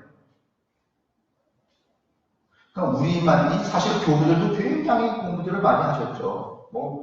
초기에 신학적 바탕은 다 교부들이 만든 거니까. 욥과 맨 밑에 세 번째 줄에 욥과 에돔의 연원은 70인역에서 시작이 되죠. 70인역은 BC 250년에 만들어지죠. 70인역에는 모두 그 몇 권의 책이 들어있다면 54권의 책이 들어있죠. 성경이 70인역은 54권이었어요. 누구 찾아오셨어요?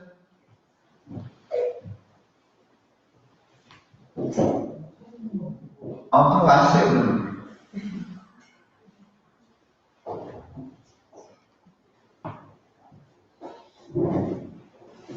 이 70인역은 54권이에요, 54권. 그러다가 이제 324년에 성경을 만들면서 지금처럼 말이죠. 지금 성경이 몇 권이죠? 66권. 구약 성경이 54권이었구나. 이 70인역은 말이죠. 어떻든지 70인역에서부터 그 연원을 찾아서, 제가 이제 70인역 한번 보여드린 적 있어요. 70인역을 찾아서 뭔가는 욥의 고향이 에돔이었다. 에돔은 뭔가는 유다 땅, 다윗 왕을 만들었던 유다 땅, 이스라엘 남쪽 있죠. 요르단하고 이렇게 섞여 있는. 그래서 그 에돔은 대체적으로 땅이 어떤가 하면 붉죠. 그래서 에돔 족속은 뭔가는 붉은 놈들이 사는 곳이다. 이렇게 말했죠. 에돔 땅 하면 붉어요. 이에 의하면 욥이 발락의 뒤를 이어 에돔의 임금이 되죠. 욥기서에 나와요. 새 친구는 새 임금으로 되어 있죠. 넘기세요. 바벨론의 욥에 나오는 문서 하나의 신임들을 소개하겠습니다. 이따하게 제가 눕혀서 제가 써놨죠. 읽겠습니다. 시작.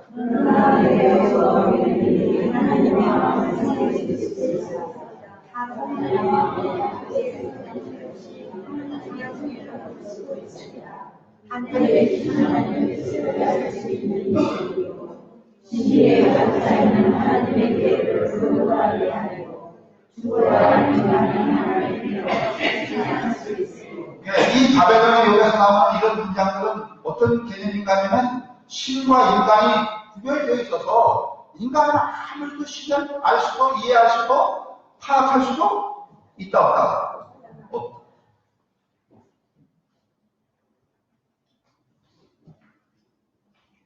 바벨론에 나와 있는 욥기서의 사상이 이런 거라면 히브리 욥에 나오는 욥의 생각은 그 바벨론 사람들의 이 생각, 인간은 하나님을 알 수도 이해할 수도 없다는 생각이 아니라 반대로 욥은 하나님을 알 수 있고 이해할 수 있다. 누가? 인간이. 이건 여러분 굉장한 혁명입니다.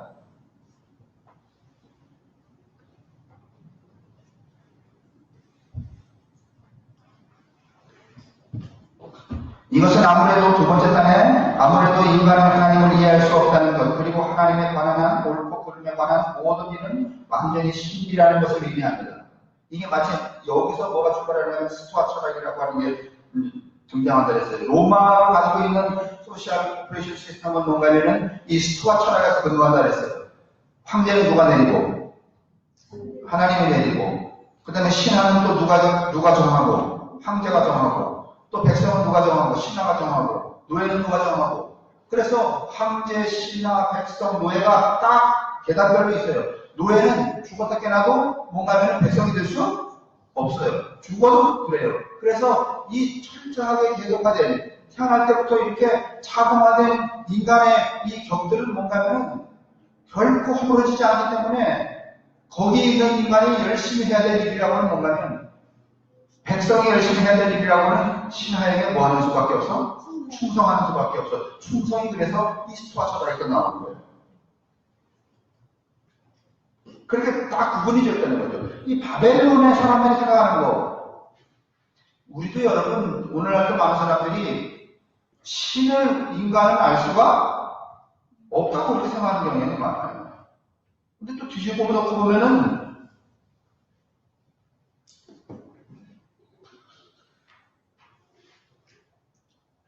여러분 우리가 하나님을 본 적은 없지만 하나님을 잘 알려면 하나님이 어떤 일을 했는가. 여러분 홍영수 목사님을 잘 모르잖아요, 그죠? 뭐 안다고 해봤자 뭐 키 얼마, 뭐 머리는 구린 머리처럼 감는다든가 뭐 이런 것밖에 없잖아요.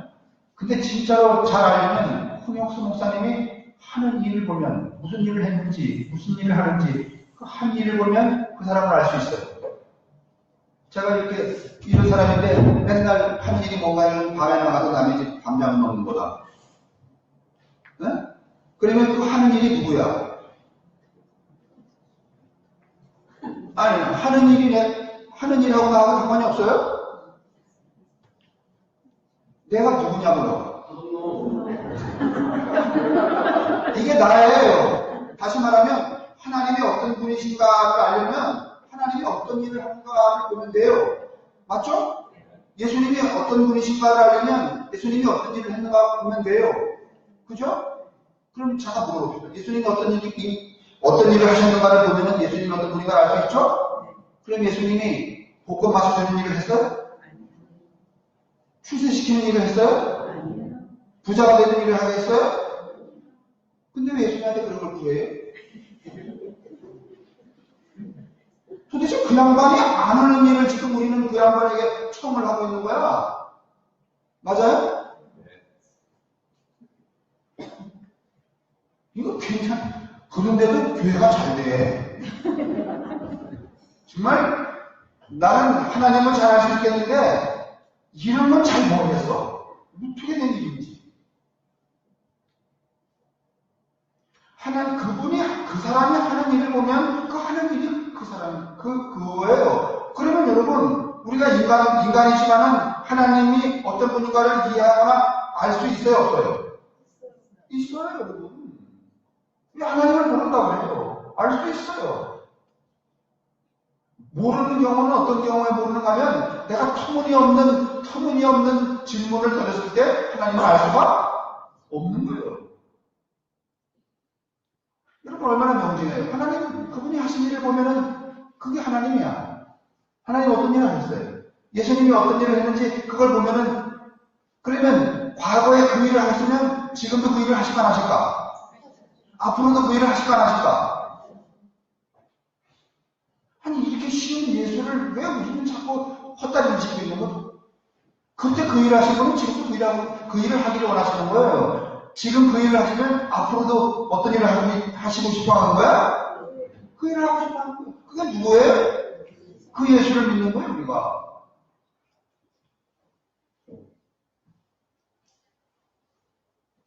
근데 오늘 우리 가만히 보면 우리가 소위 믿는 것은 뭔가면 그가 하신 일과 참 거리가 먼 것을 많이 믿는 경우가 많죠. 자취하고 이 사람들은 바벨론 사람들은 이렇게 생각을 한 거예요. 알 수가 없다. 이것은 바벨론에 고통당하는 자가 다소 자기의 부족함을 고백하는 것이 아닙니다. 우리가 읽은 히브리의 욥이 그의 친구들에게 하는 당당함이 엿보인다는 뜻이죠. 그런 다음에 바벨론의 욥의 저자는 아주 건강한 어떤 사람이 밤중에는 생생히 살아있다가도 다음날 아침에는 돌연히 죽어버리는 등의 인생의 급작스러운 변화에 대해서 계속 토론합니다. 전체의 내용은 일반적으로 사람들이 삶 가운데서 여러분 지금은 여러분 뭐 여러 가지로 이 지식이 증대되어 있으니까 뭐 그렇게 죽는 건 그렇게 죽는 거야 그렇게 죽는 건 그렇게 죽는 거야 다 알 수 있지만은요 옛날에 아무것도 모를 때 갑자기 사람이 자다가 죽었어. 그럼 그게 도대체 인간의 그때 당시에 이 상상력으로 지혜로는 알 수가 있는 거야 없는 거야?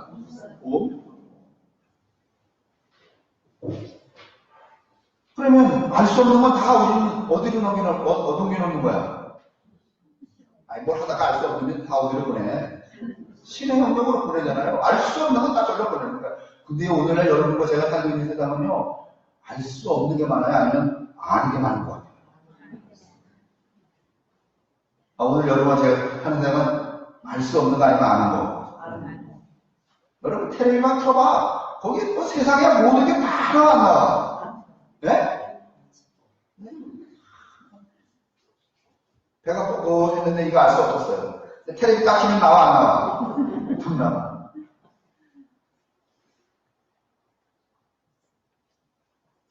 이때는 알 수 없는 게 너무 많았죠. 알 수 없는 건 다 신의 영역이죠. 그러니까 신비하죠. 그런 이야기들을 계속 토론하는 게 뭔가 하면은 BC 2000년, 1500년, 1700년 전에 지금부터 5000년 전쯤에 사람들이 말이죠. 안 그렇겠어요. 우리도 뭐 몇 년 전까지만 해도 그러지 않겠어요. 예전에 뭐 암으로 죽고 뭐 결핵으로 죽고 그냥 죽는가 보다 그랬지 뭐 그게 암인지 결핵인지 뭐 묻고 죽었어요? 따지고 묻었어요? 그냥 묻었어? 그냥 치면 죽으면 그냥 때가 됐나 보다 하고 그죠? 근데 지금은요 여러분 뭐 그냥 묻는 경우가 없어. 다 따져야 돼. 네?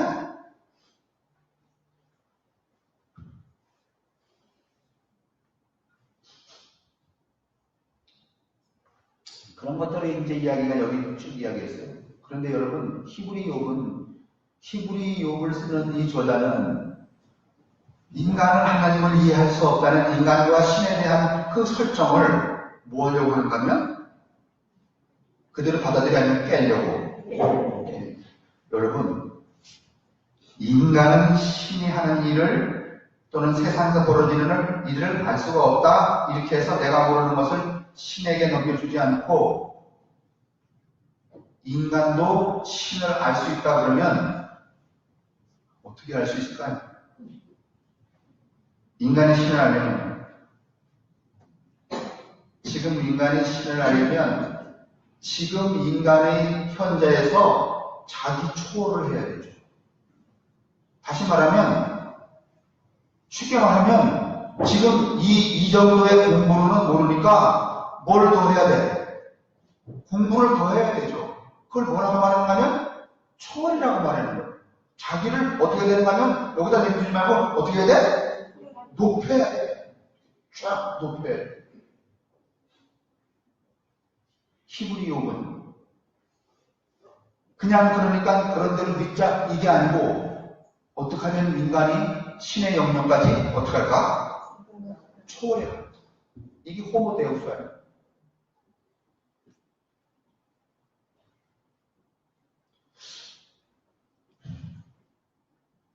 이제 우리가 사는 이 삶은 그냥 이렇게 살다가 죽지 뭐. 이제 여러분 우리 대부분 이렇게 물어보면 뭐 그냥 뭐 인생이 별거 있겠어요. 죽을 때 노만 만들고 그 다음에 또 길게 개개되지 않고 빨리 어떻게 하는 거?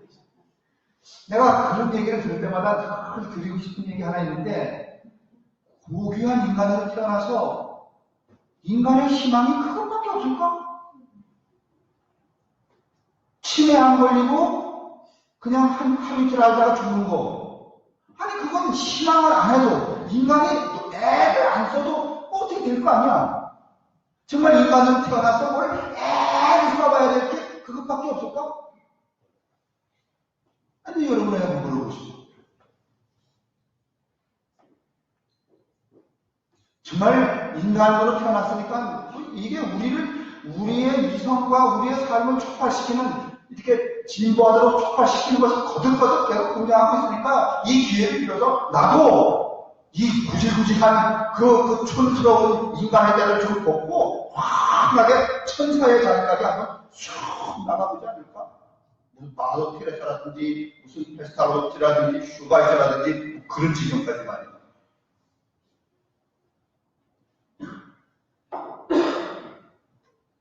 적어도 욥기서를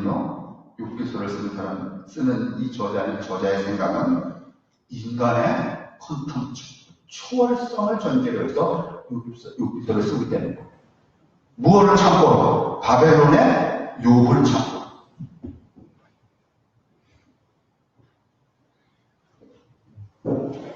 제가 이제 한 발짝씩 지금 이제 욥기서 이야기를 하고 있는데 세 번째 밑에 보면은 또 삐딱하게 써놓은 거 있어요. 또 바벨론 욥에 또 다른 별표이 있는데 읽어줍시다. 시작.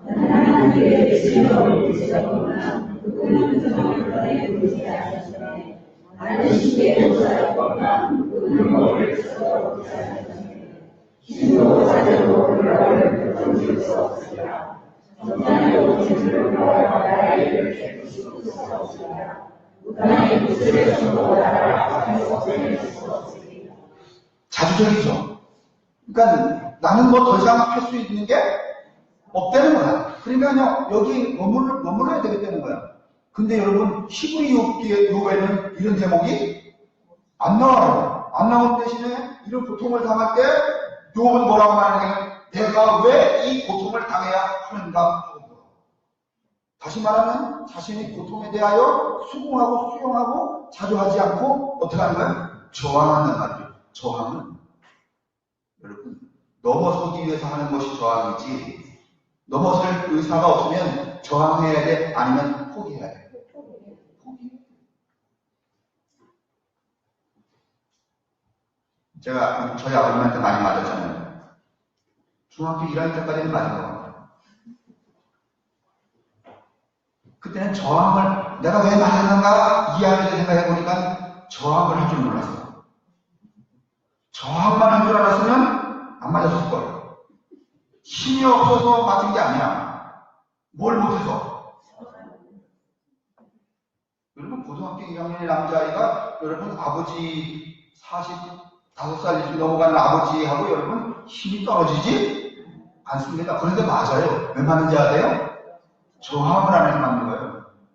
저항하는 순간 아버지는 절대로 자식을 때리지 못해. 힘이 없어서 못 때리는 게 아니야. 무엇 때문에 못 때리는 거야? 저항 때문에 못 때리는 거야. 그러면 저항하는 순간 이 아이는 고등학교 1학년에서 맞던 그 아이에서 맞지 않은 아이로 넘어서 안 넘어서 초월해가는 대절제가 뭔가는 저항. 요새 미투 나오잖아요. 미투도 일종의 사회의 편만한 그릇된 질서에 여러분 그 저항하지 못했던 사람들이 드디어 뭐하기 시작하는 거야? 저항이 시작하는 거야. 여러분 그거 내가 어떤 놈한테 당했다 말이지 추행을 당했다 그거 얘기하면 여러분 떠도대요 자랑스러워 아니면 자기도 수치야. 수치를 무릅쓰고 뭐 하는 거야? 그래야 어떻게 할 수 있는 거야? 그렇죠. 그 한계선을 어떻게 하는 거야? 넘어서는 거야. 저항. 근데 여러분 욕은 여러분 자주적으로 수용하는 거야 아니면 저항하는 거야? 저항. 끊임없이 저항해야 돼요. 자기의 능력에 대해서 저항할 때 여러분 자기가 자기 능력을 넘어설 수 있어요. 여러분은 그런 이거 해보셨는지 모르겠어요. 나도 이제 어릴 때 제가 공부할 때 3시 대 떠나고서는 저 밤에 말이지 얼굴 씻으면서 공부한 적 한 번 있어. 공부는 안 했지만. 제가 초등학교 5학년 때 웅변에 올라가는데 그 웅변 홍보를 누가 써준 거예요. 근데 그 웅변 홍보가 5학년이 이게 듣기에는 단어가 나 한 번도 못 들은 단어가 천지야. 뭐 북한 공산 괴뢰도당을 쳐부숴서 말이지 뭐 평화와 통일, 평화도 처음 듣는 거고 괴뢰도당도 처음 듣는 거고 말이지. 그러니까 아무리 읽어도 이게 머리에 안 들어와. 내가 쓰는 언어가 아닙니까? 그래도 그걸 다 외워야 가서 말이지 이렇게 유칠 거 아니에요? 그래서 막 충성에 간다는 것 때문에 세수대야를 갖다 놓고서 머리를 이렇게 코옆뒤를 부르고 말이지. 이거는요 여러분 노력이 아니라 내 한계에 대한 뭐요? 저항이죠. 오늘 우리는 이 저항성이 다 떨어져 있어요. 그래서 여러분 사실은 여러분이 이렇게 지금 이 강좌 연습에 나와 앉은 것도요 적극적인 저항이라기보다는 지금 수동적인 저항이야. 윤 장로님은 아주 수동적인 거예요. 이번에 안 나오시면 아주 내가 꼴도 안 본다니거든. 이게 저항이란 말이죠.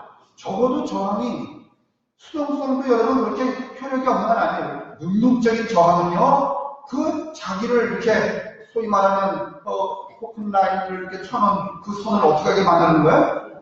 넘어서게 만드는 거예요. 욥기서는 바로 이 저항의 선을 분개하는 책이라고 볼 수 있어요.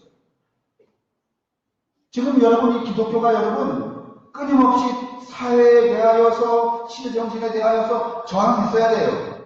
근데 기독교가 저항했어요? 아니면 야합하고 와서? 야합하고 왔어요. 그래서 오늘 기독교가 여러분 세상에 빛을 내요? 아니면 그냥 깨고창에 처박혔어? 왜냐하면 저항하지 않았기 때문에 그래요. 다른 사람들이 세상에 말이지 돈이 있어야 된다, 돈이 있어야 된다 이렇게 말할 때 교회가 그거 가지고 인생이 되는 거 아니다. 이렇게 저항했어야 돼요. 근데 교회가 저항했어요? 아니면 다시 쫓아가서? 쫓아갔잖아요. 그 다 자본주의에 지금 양식되고 말잖아요. 저항. 우리가 읽어야 될 바벨론의 요배는 이렇게 나타나냐? 그러나 이 히브리의 요배는 이렇게.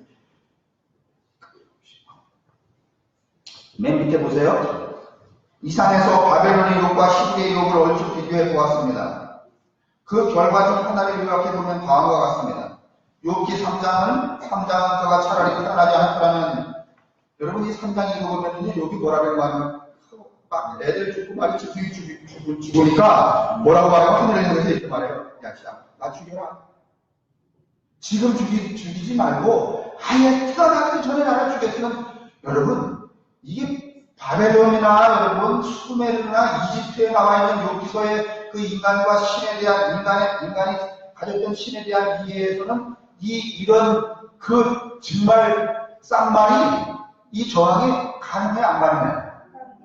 네? 안 가능합니다. 근데 이 저항을 누가 하고 있어요? 욥이 하잖아요. 죽여줘요. 차라리 이렇게 하면 죽는 게 편하겠단 말이에요.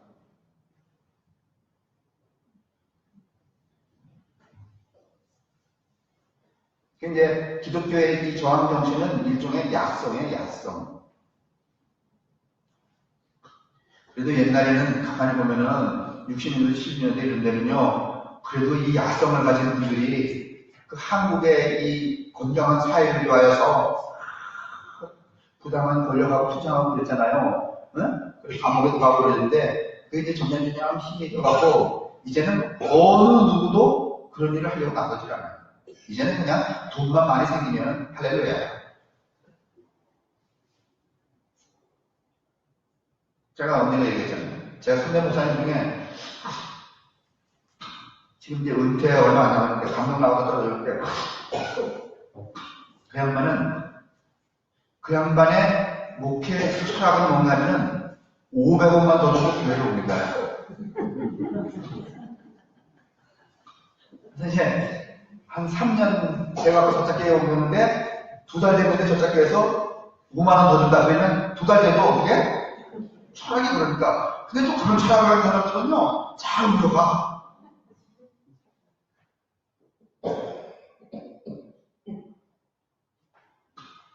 이 저항정신이 우리에게 결여됩니다. 지금도 뭐 우리가 교단 안에 젊은 목회자들이 저항해야 될 게 굉장히 많죠. 늘상 말하지만 응급비는 뭐 그냥 지켜보면 안 되는 거예요.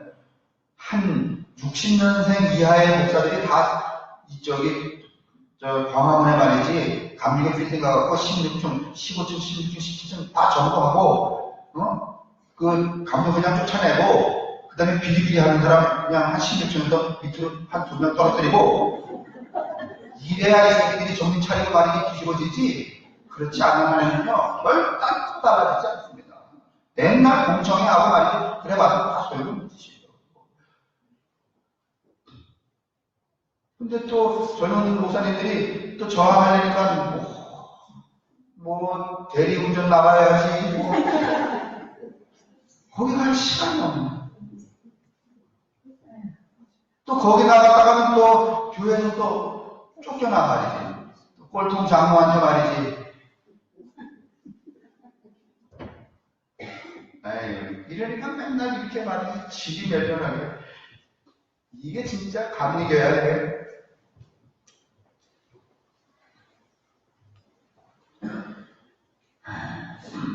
그래서 이제 여기 이 3장에 보면 이제 그런 얘기가 이제 조금 나와요. 그 다음에 두 번째 단 봐주세요. 그러나 바벨론의 요배는 바벨론 사람들이 좋아하는 신, 여신, 무당, 마술사 따위가 등장하죠. 반면 히브리 욥은 고대 유공적이고 엄격한 일신론의 배경이고 마술사, 사자와 같은 국의 사람이 출연하지 않습니다. 내가 오늘 누구하고 이야기를 하다가 여러분 이제 오늘 이 이야기하기로 많은 건데 사실은 다윗 왕이 망가뜨려 놨지만은 신하고 모세의 계약은 하나님하고 백성하고 1대1 계약이 아니에요. 그러니까 거래로 말하면 중간도매상과 소매상을 거치는 거래 아니면 직거래예요. 직거래죠. 그런데 그 이후에 여러분 다윗도 망가뜨렸지만은 중세에 와서 이 직거래를 중간도매상, 소매상 그 다음에 또 이런 중간에서 빼먹는 사람들이 생겨서 안 되겠어. 이를테면 지금 목사는 여러분 직거래를 방해하는 뭐야? 왜? 중간도매상이에요. 사실은 여러분과 여러분이 어떻게 하는 거야? 여러분과 하나님이 어떻게 할 수 있는 거야? 직거래 하는 거예요. 그게 뭔가 하면 퀘이커 교도나 무슨 무교회주의자들이나 이런 분들이란 말이에요. 그러면 중간도매상은 왜 만들어진 건가요? 중간도매상 우리는 사실은 도매상도 아니야. 소매지 거의. 근데 내가 볼 때는 나는 남한테 뛰다 타진 않아. 네? 뭐 어떤 놈 설교 보고서는 그대로 하거나 말이지 무슨 조용기를 담거나 나는 그런 거 아니니까 난 소매상은 아니야. 그죠? 그러니까 뭐 최승원이 같은 사람이라고 그럴까? 왜냐하면 농장에 가서 일주선 뛰어다가 이렇게 여러분에게 싼 값에 공급하고 제가 드리는 이 복음이 거의 직거래에 해당하는 거 아니에요?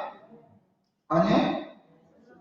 근데 이 중간상인들이 왜 되는가 하면 제도 때문에 중세 이후에 제도가 생기니까 중간도매상이 생기는 거잖아요. 하나님이 누구하고 계약하고 사제하고 계약하고 여러분은 누구한테서 그걸 공급받아야 돼. 사제에게 뭐 복도 저주도 은총도 무슨 뭐 깨달음도 이런 거 아니에요. 요한복음을 근거로 해서 그렇게 말할 수 없죠. 요한복음에 나오는 보혜사 성령은 이미 요한 공동체, 요한으로 또 튀어가 버렸는데, 요한 공동체는요, 마지막에 요한 공동체가 이미 제도화돼갖고 유대교식으로 가고 있는 그 제도를 거부하는 거예요. 그래서 뭘 말하는 거냐면, 야, 고통받은 짓 하지 말라. 하나님이 우리를 가르칠 때 무슨 선장을 통해 가르치냐 말이지. 우리 속에 있는 보혜사 성령이, 그 보혜사 성령은 어디밖에 안 나와요? 요한복음밖에 안 나와요. 보혜사 성령이 직접 가르치는 거란 말이야. 그러니까 중간쯤에서 빠져라. 이런 얘기예요, 여러분, 요한복음이. 그러니까 마태, 마가, 누가복음 제가 싫어하죠. 그러니까 여러분 이게 몇십 년까지, 185년까지 여러분 요한공동체하고 이 주류공동체하고 모이질 않죠. 그게 보혜사 성령이라고 그렇게 말씀을 드렸어요.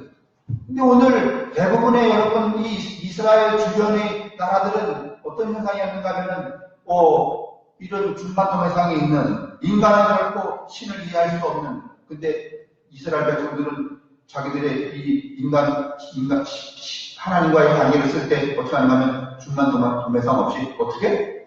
직접. 근데 이게 여러분 지금까지 역사가 이렇게 오면서 뭐가 생겼냐면 중간도매상이 생깁니다.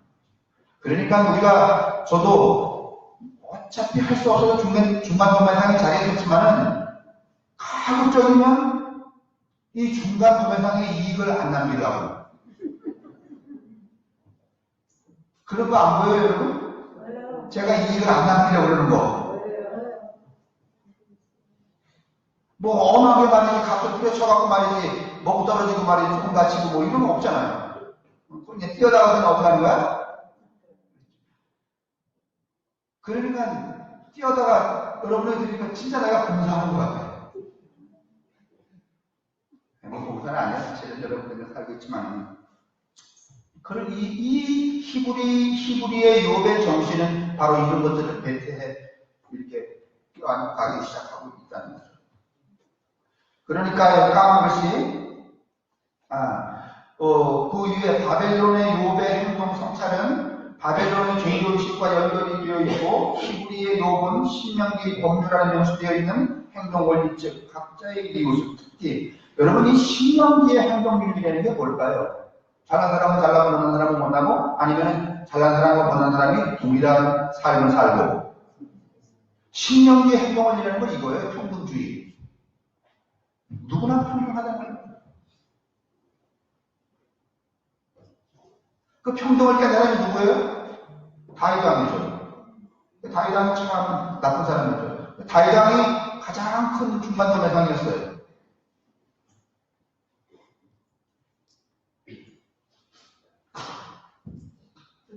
그러니까 여기 보세요. 그러니까 시작.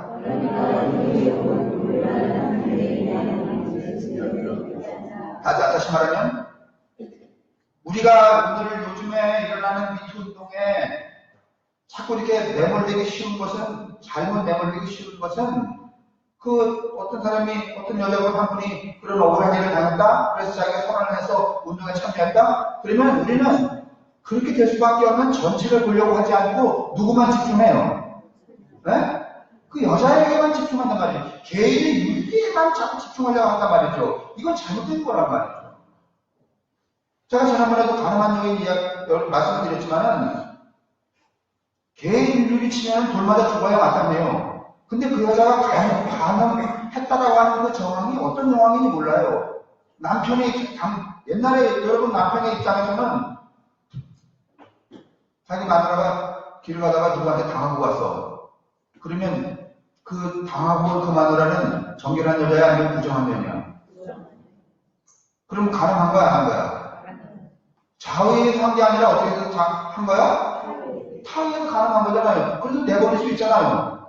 예수님 앞에 잡혀온 그 여자가 그렇게 가늠한 여인이라면 여러분 돌로 때려 죽여야 돼? 아니면 그런 시스템 안에 그런 피해를 당한 여자이기 때문에 보호해줘야 돼?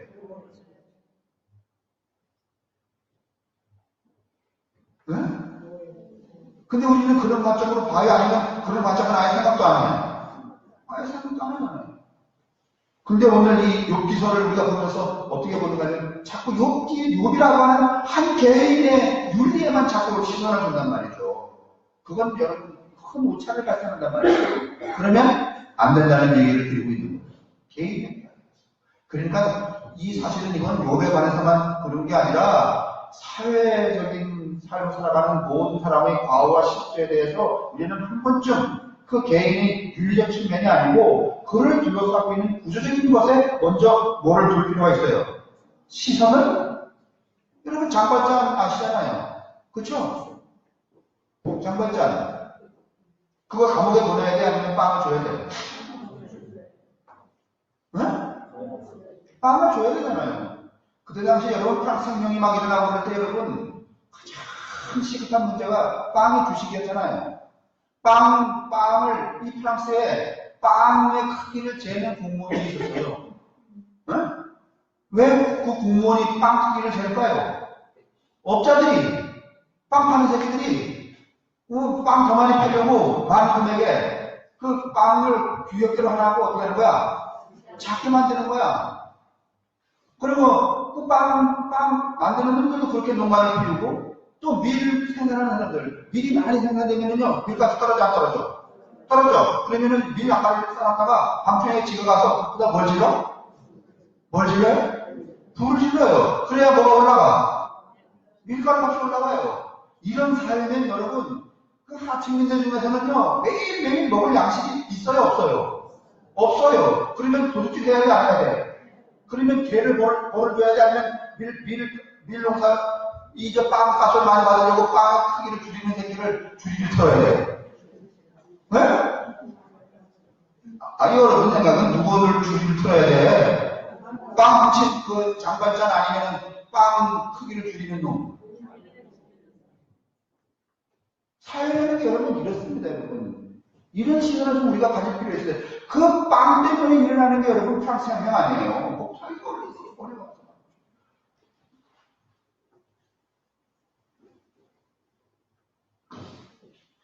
프랑스라는 나라가 여러분 마리 앙뚜아네트까지 루이 몇 세지? 15세? 16세. 그때까지 여러분 뭐 화장실 뭐 이런 거 없었잖아요. 여러분 다 아시다시피 우산이나 여러분 하이힐 같은 거는요 그냥 2층 3층에서 오줌나가고 그냥 밑으로 버가고 말이지 그냥 매일 365일 그냥 땅이 지끈지끈하니까 거기 발바닥이 싫어도 하이힐 신고 다니는 거 아니에요? 우산을 끌고 내려서 왜 쓰는가 하면 언제 오줌이 날아올지 모르니까 꼭대기에서 화장실이라는 게 없으니까 화장지 물론 없었죠. 팬티 물론 없었죠. 제가 얘기했잖아요. 여기 저 양복 지금 보면은 이 남자 양복 보면은 앞에 이렇게 옆에 이렇게 툭 터지고 앞에 부분이 좀 길고 뒤에 부분이 길어요 안 길어요? 몰라요? 정원자 원장님은 선생님 양복 이거 맛있어 안 잘해봤어? 지금?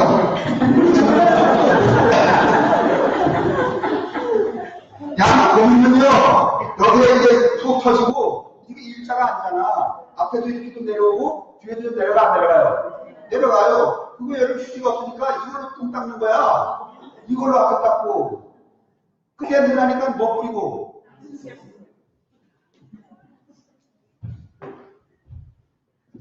그런데 여러분 이 마리 앙뚜아네트는 무슨 오트리아인가 하는 나라의 공주였잖아요. 그때는 프랑스보다 거기가 더 잘 살았거든요.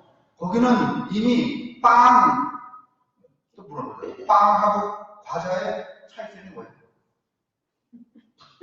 빵은 발효하는 거고 과자는 발효 안 하는 거고 빵은 뭔가면은 글루틴하고 그 다음에 밀가루하고 만드는 거고 그쵸? 아니 설탕하고 그 다음에 과자는 유지로 만드는 거고 그런 차이가 나잖아요. 그러면 여러분 과자 먹고 빵 먹어요? 아니면 빵이 진화하는 과자가 돼요? 예전에 우리 과자 먹었어요? 찐빵 먹었어. 지금 빵이 나니까 지금 뭐가 나와? 과자 나오잖아요. 과자. 여러분 뭐 이렇게 보면 고급스러운 과자들 나오잖아요. 빵이 배불러야 과자가 나오는 거야.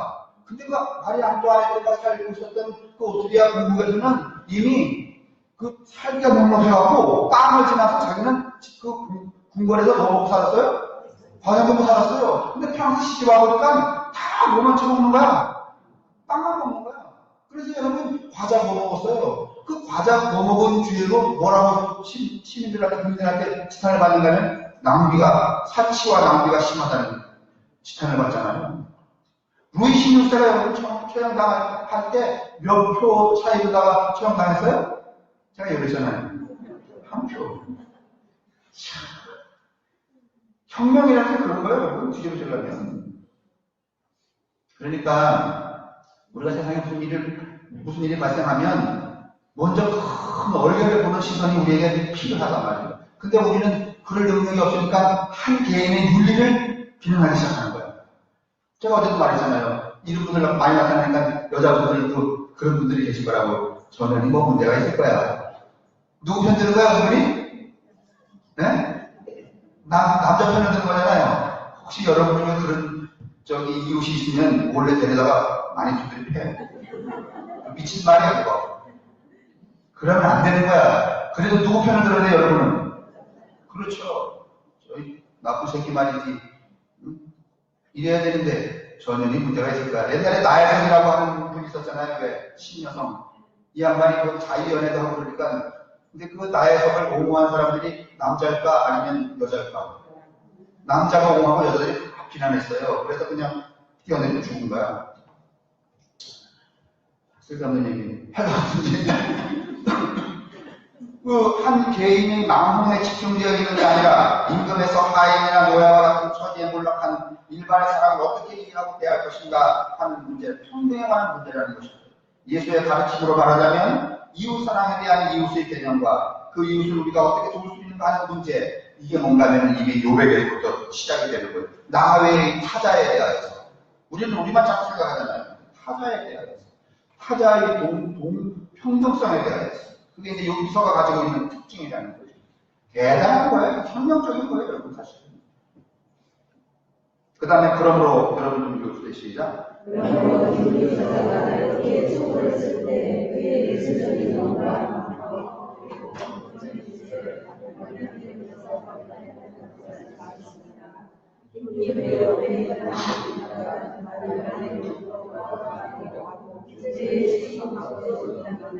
시류적이라는 얘기는 평등주의예요. 이 앞에 다른 나라 무슨 뭐 수메르, 이집트, 바벨론 불평등주의. 고대에는 지혜의 사상과 문학이 서로 교류를 하였습니다. 시부리의 저자는 뛰어난 작가였습니다. 그는 민족 설화를 다시 이야기하는 것처럼 고대의 단순한 산문으로 욥기서를 재구성합니다. 그럼 우리가 발을 한 발 욥기에서 뺀 다음에 이스라엘 외부와 내부의 공통적으로 나타나는 지혜 문학의 특성을 살펴보겠습니다. 이는 잠언서를 동시에 보는 것이 필요합니다. 히브리 지혜 문학의 특징은 까만 것이 시작.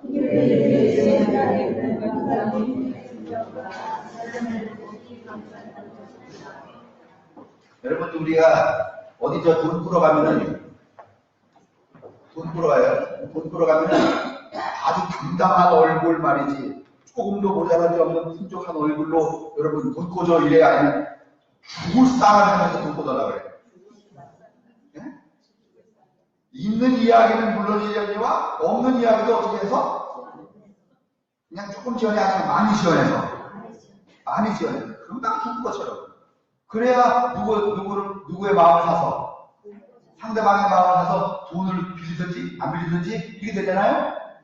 지혜 문학에는 뭐가 나오는가 하면, 하나님한테 공정을 사야 되니까, 무슨 얘기가 나오는가 하면, 그냥 내가 많은 고통을 당하고 있는 일을 어떻게 하는 거야? 써내는 거야. 요만큼 아파도 얼마큼 아프다? 여러분, 제가 사실은 이 얘기 할까 그랬는데, 욥이 말이지 뭐 욥이 얼마나 아픈지 말이야 막 그 내장이 말이지 굳어지고 부글부글 끓고 막 이렇게 되는 거야. 우리는 그걸 보면서 얼마나 아팠을까 그러는데 이게 거의 지혜 문학에서는 하나님께 나의 불쌍한 처지를 보이기 위해서 요만한 걸 어떻게 해야 한다? 이따만하게 뻥튀기는 일이라는 거야. 지혜 문학에 빈문학에 등장하는. 그러면 사실은 욥은 그만큼 아프지?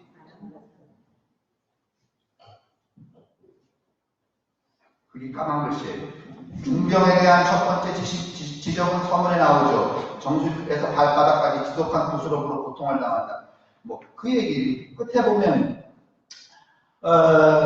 이 첫 번째 단에 네 번째 밑에서 네 번째 줄 뼈가 돌을 내서 쑤셔대고 누워있을 수도 없습니다. 입에서 구토가 일어나고 고름으로 빳빳하게 고름이 딱 나오자마자 굳어버릴 때 그리고 그런 것들이 온몸을 죄어옵니다. 몸이 부서갖고 오죽하면 내장이 부글부글 끓는 이게 뭔가는 거의 문학적 수사학에 가깝지 진짜로 이렇게 아팠을 가능성은 있다고 합니다.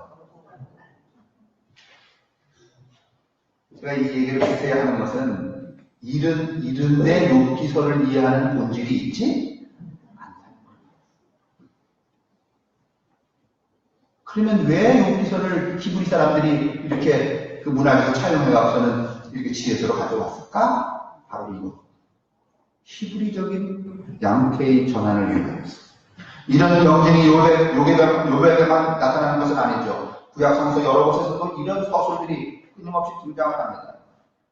이렇게 말이죠. 비참하게 자기를 하나님 앞에 고해야지만 그것이 뭐가 된다고 생각했는가는 참회. 우리도 말이죠. 애들 이렇게 나무랄 때 애들이 아빠 잘못했어. 이렇게 가볍게 하면은 마음이 풀려 아니면은 그 잘못했다는 것을 아주 최대한 그 아이가 할 수 있는 아주 확장된 표현으로 해야지만 좀 마음이 풀려. 아니, 내가 와서 나무랄 때 아빠 잘못했어. 이러면은 용서해줘야 못해. 근데 뭐 아버지 가만히 붙들고 가면 내가 쳐맞고 말이지 뭐. 죽어도 뭐 이런 수사를 써가면서 그냥 그렇게 해야지만 참여하는구나 이렇게 이해를 해. 네? 어디에 여기가 나왔다는 거야 이게? 욥의 꼴이 그렇게 된 거야.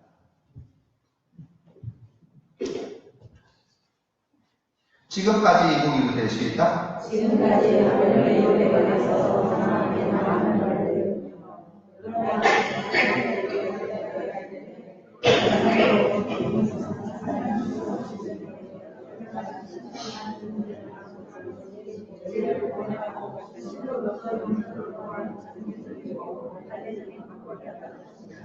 관례적인 방법이었어요. 그걸 그대로 그냥 욥의 상황에 차용해 뒀어요. 히브리 욥기를 쓰는 사람은 오늘 이 이야기를 하려고 그것을 차용해 두는 게 아니었다는 말이죠. 이제까지 문서들은 기도문이고 이 기도문은 참회의 기도들이고 바로 이 이유로 특별한 형식에 맞춰 수여되게 되었습니다. 기도자가 더욱 깊이 참여할수록 그가 묘사하는 병의 증세들은 더욱 소름 끼치는 혹독한 것으로 묘사가 되는 것입니다. 기도가 세수록 병증도 세지는 것이죠. 저도 병원에 입원해봤지만은 이제 누가 이렇게 면회를 오면은 요만큼 아프면 요만큼밖에 안 아파요 이렇게 말하게 돼요? 아니면 요만큼 아프면도 요만큼 아프다고 말하게 돼요? 네?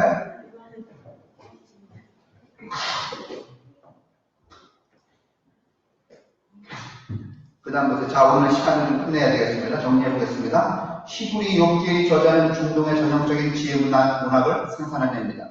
그리고 그는 메소포타미아, 이집트 그리고 헤티방으로부터 유래한 비슷한 문학의 전통적인 특성을 재생산해냈습니다. 이 재생산품에 이게 재가고 원자재를 들여다가 새로운 상품을 만드는 거죠. 그는 특별히 바벨론의 욥이라고 부르는 시에서 영감을 받았습니다. 그러나 히브리 고유의 양식 안에서 저자는 바벨론의 욥을 자신의 종교적인 세계로 변형시키고 있다는 것입니다. 이걸 좀 여러분 눈여겨 보셔야 되는 거예요.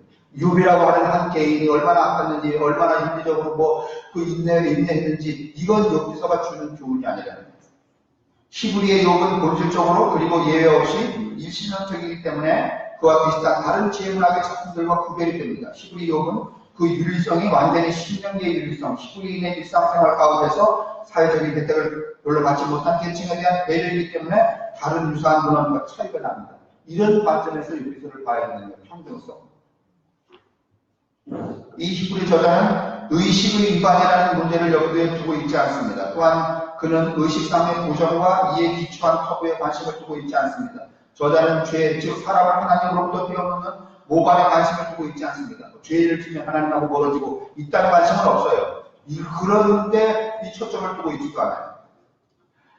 그는 예언자로부터 무언가를 배운 이스라엘의 현자들일 수 있습니다. 그러나 그는 지혜문학의 전통적인 형태에 열중하고 있습니다. 이것이 저자가 고통당하는 자의 탄식과 하나님의 답변으로 구성되는 15분을 가운데 두고 전으로 산문으로 된 성부가 발론을 주는 표현 방법을 채택한 것이다. 이렇게 알 수 있어요. 이것이 이 고통당하는 인간이 하나님과 거리가 멀다면 하나님은 인간에게 무엇이며 인간은 하나님에게 무엇인가? 여러분, 인간이 막 고통당할 때, 내가 고통당할 때 부모가 내게 아무 유익이 없다면 그 부모는 멀리 계신 분이거나 돌아가신 분이거나 안 계신 분이죠. 그렇죠? 그럼 있으나 마나예요. 이 히브리 사람들은 바로 그럴 때 인간에게 필요한, 인간의 삶에 절대적으로 필요한 그런 신이해가 필요했던 거죠. 그러려면 새로운 신이해를 설정을 하려면 주변 국가가 가지고 있는 신이해를 인정해야 돼, 부정해야 돼? 네? 부정해야 되죠. 부정하는 양식으로 오늘 이 히브리 여기서를 쓰고 있잖아요. 아까는 제가 저항이라고 말했잖아요. 뭐든지 저항해야 되는데 세워하셨습니다. 그 맨 밑에 끝마무리 다음 시간에는 여러 율기서의 판본들이 있는데 가장 처음에 맹글어져 나온 초판본이라고 여겨지는 본문들을 살펴보고 네 번째와 다섯 번째 시간에 우리가 오늘날 읽고 있는 한글 율기서를 판대기 위에 올려놓고 보도록 하겠습니다. 그걸 2시간 하면 본문신앙 강사가 마치게 됩니다. 자, 오늘 이제 또 거대하고 또 율기서가 조금 앞으로 뭔가 명확하진 않지만 좀 나은 것 같죠? 느낌이? 아니, 확실히 알겠다 이러면은 제가 강의를 잘못하는 거예요. 왜냐면 5시간 할 걸 2시간에 확실히 알면은 이게 안 되니까. 오늘 장 맞고 얼마나 말해야 돼? 그렇지. 뭔가 다 읽히고 그만큼만 아셔야 돼요. 수고하셨어요.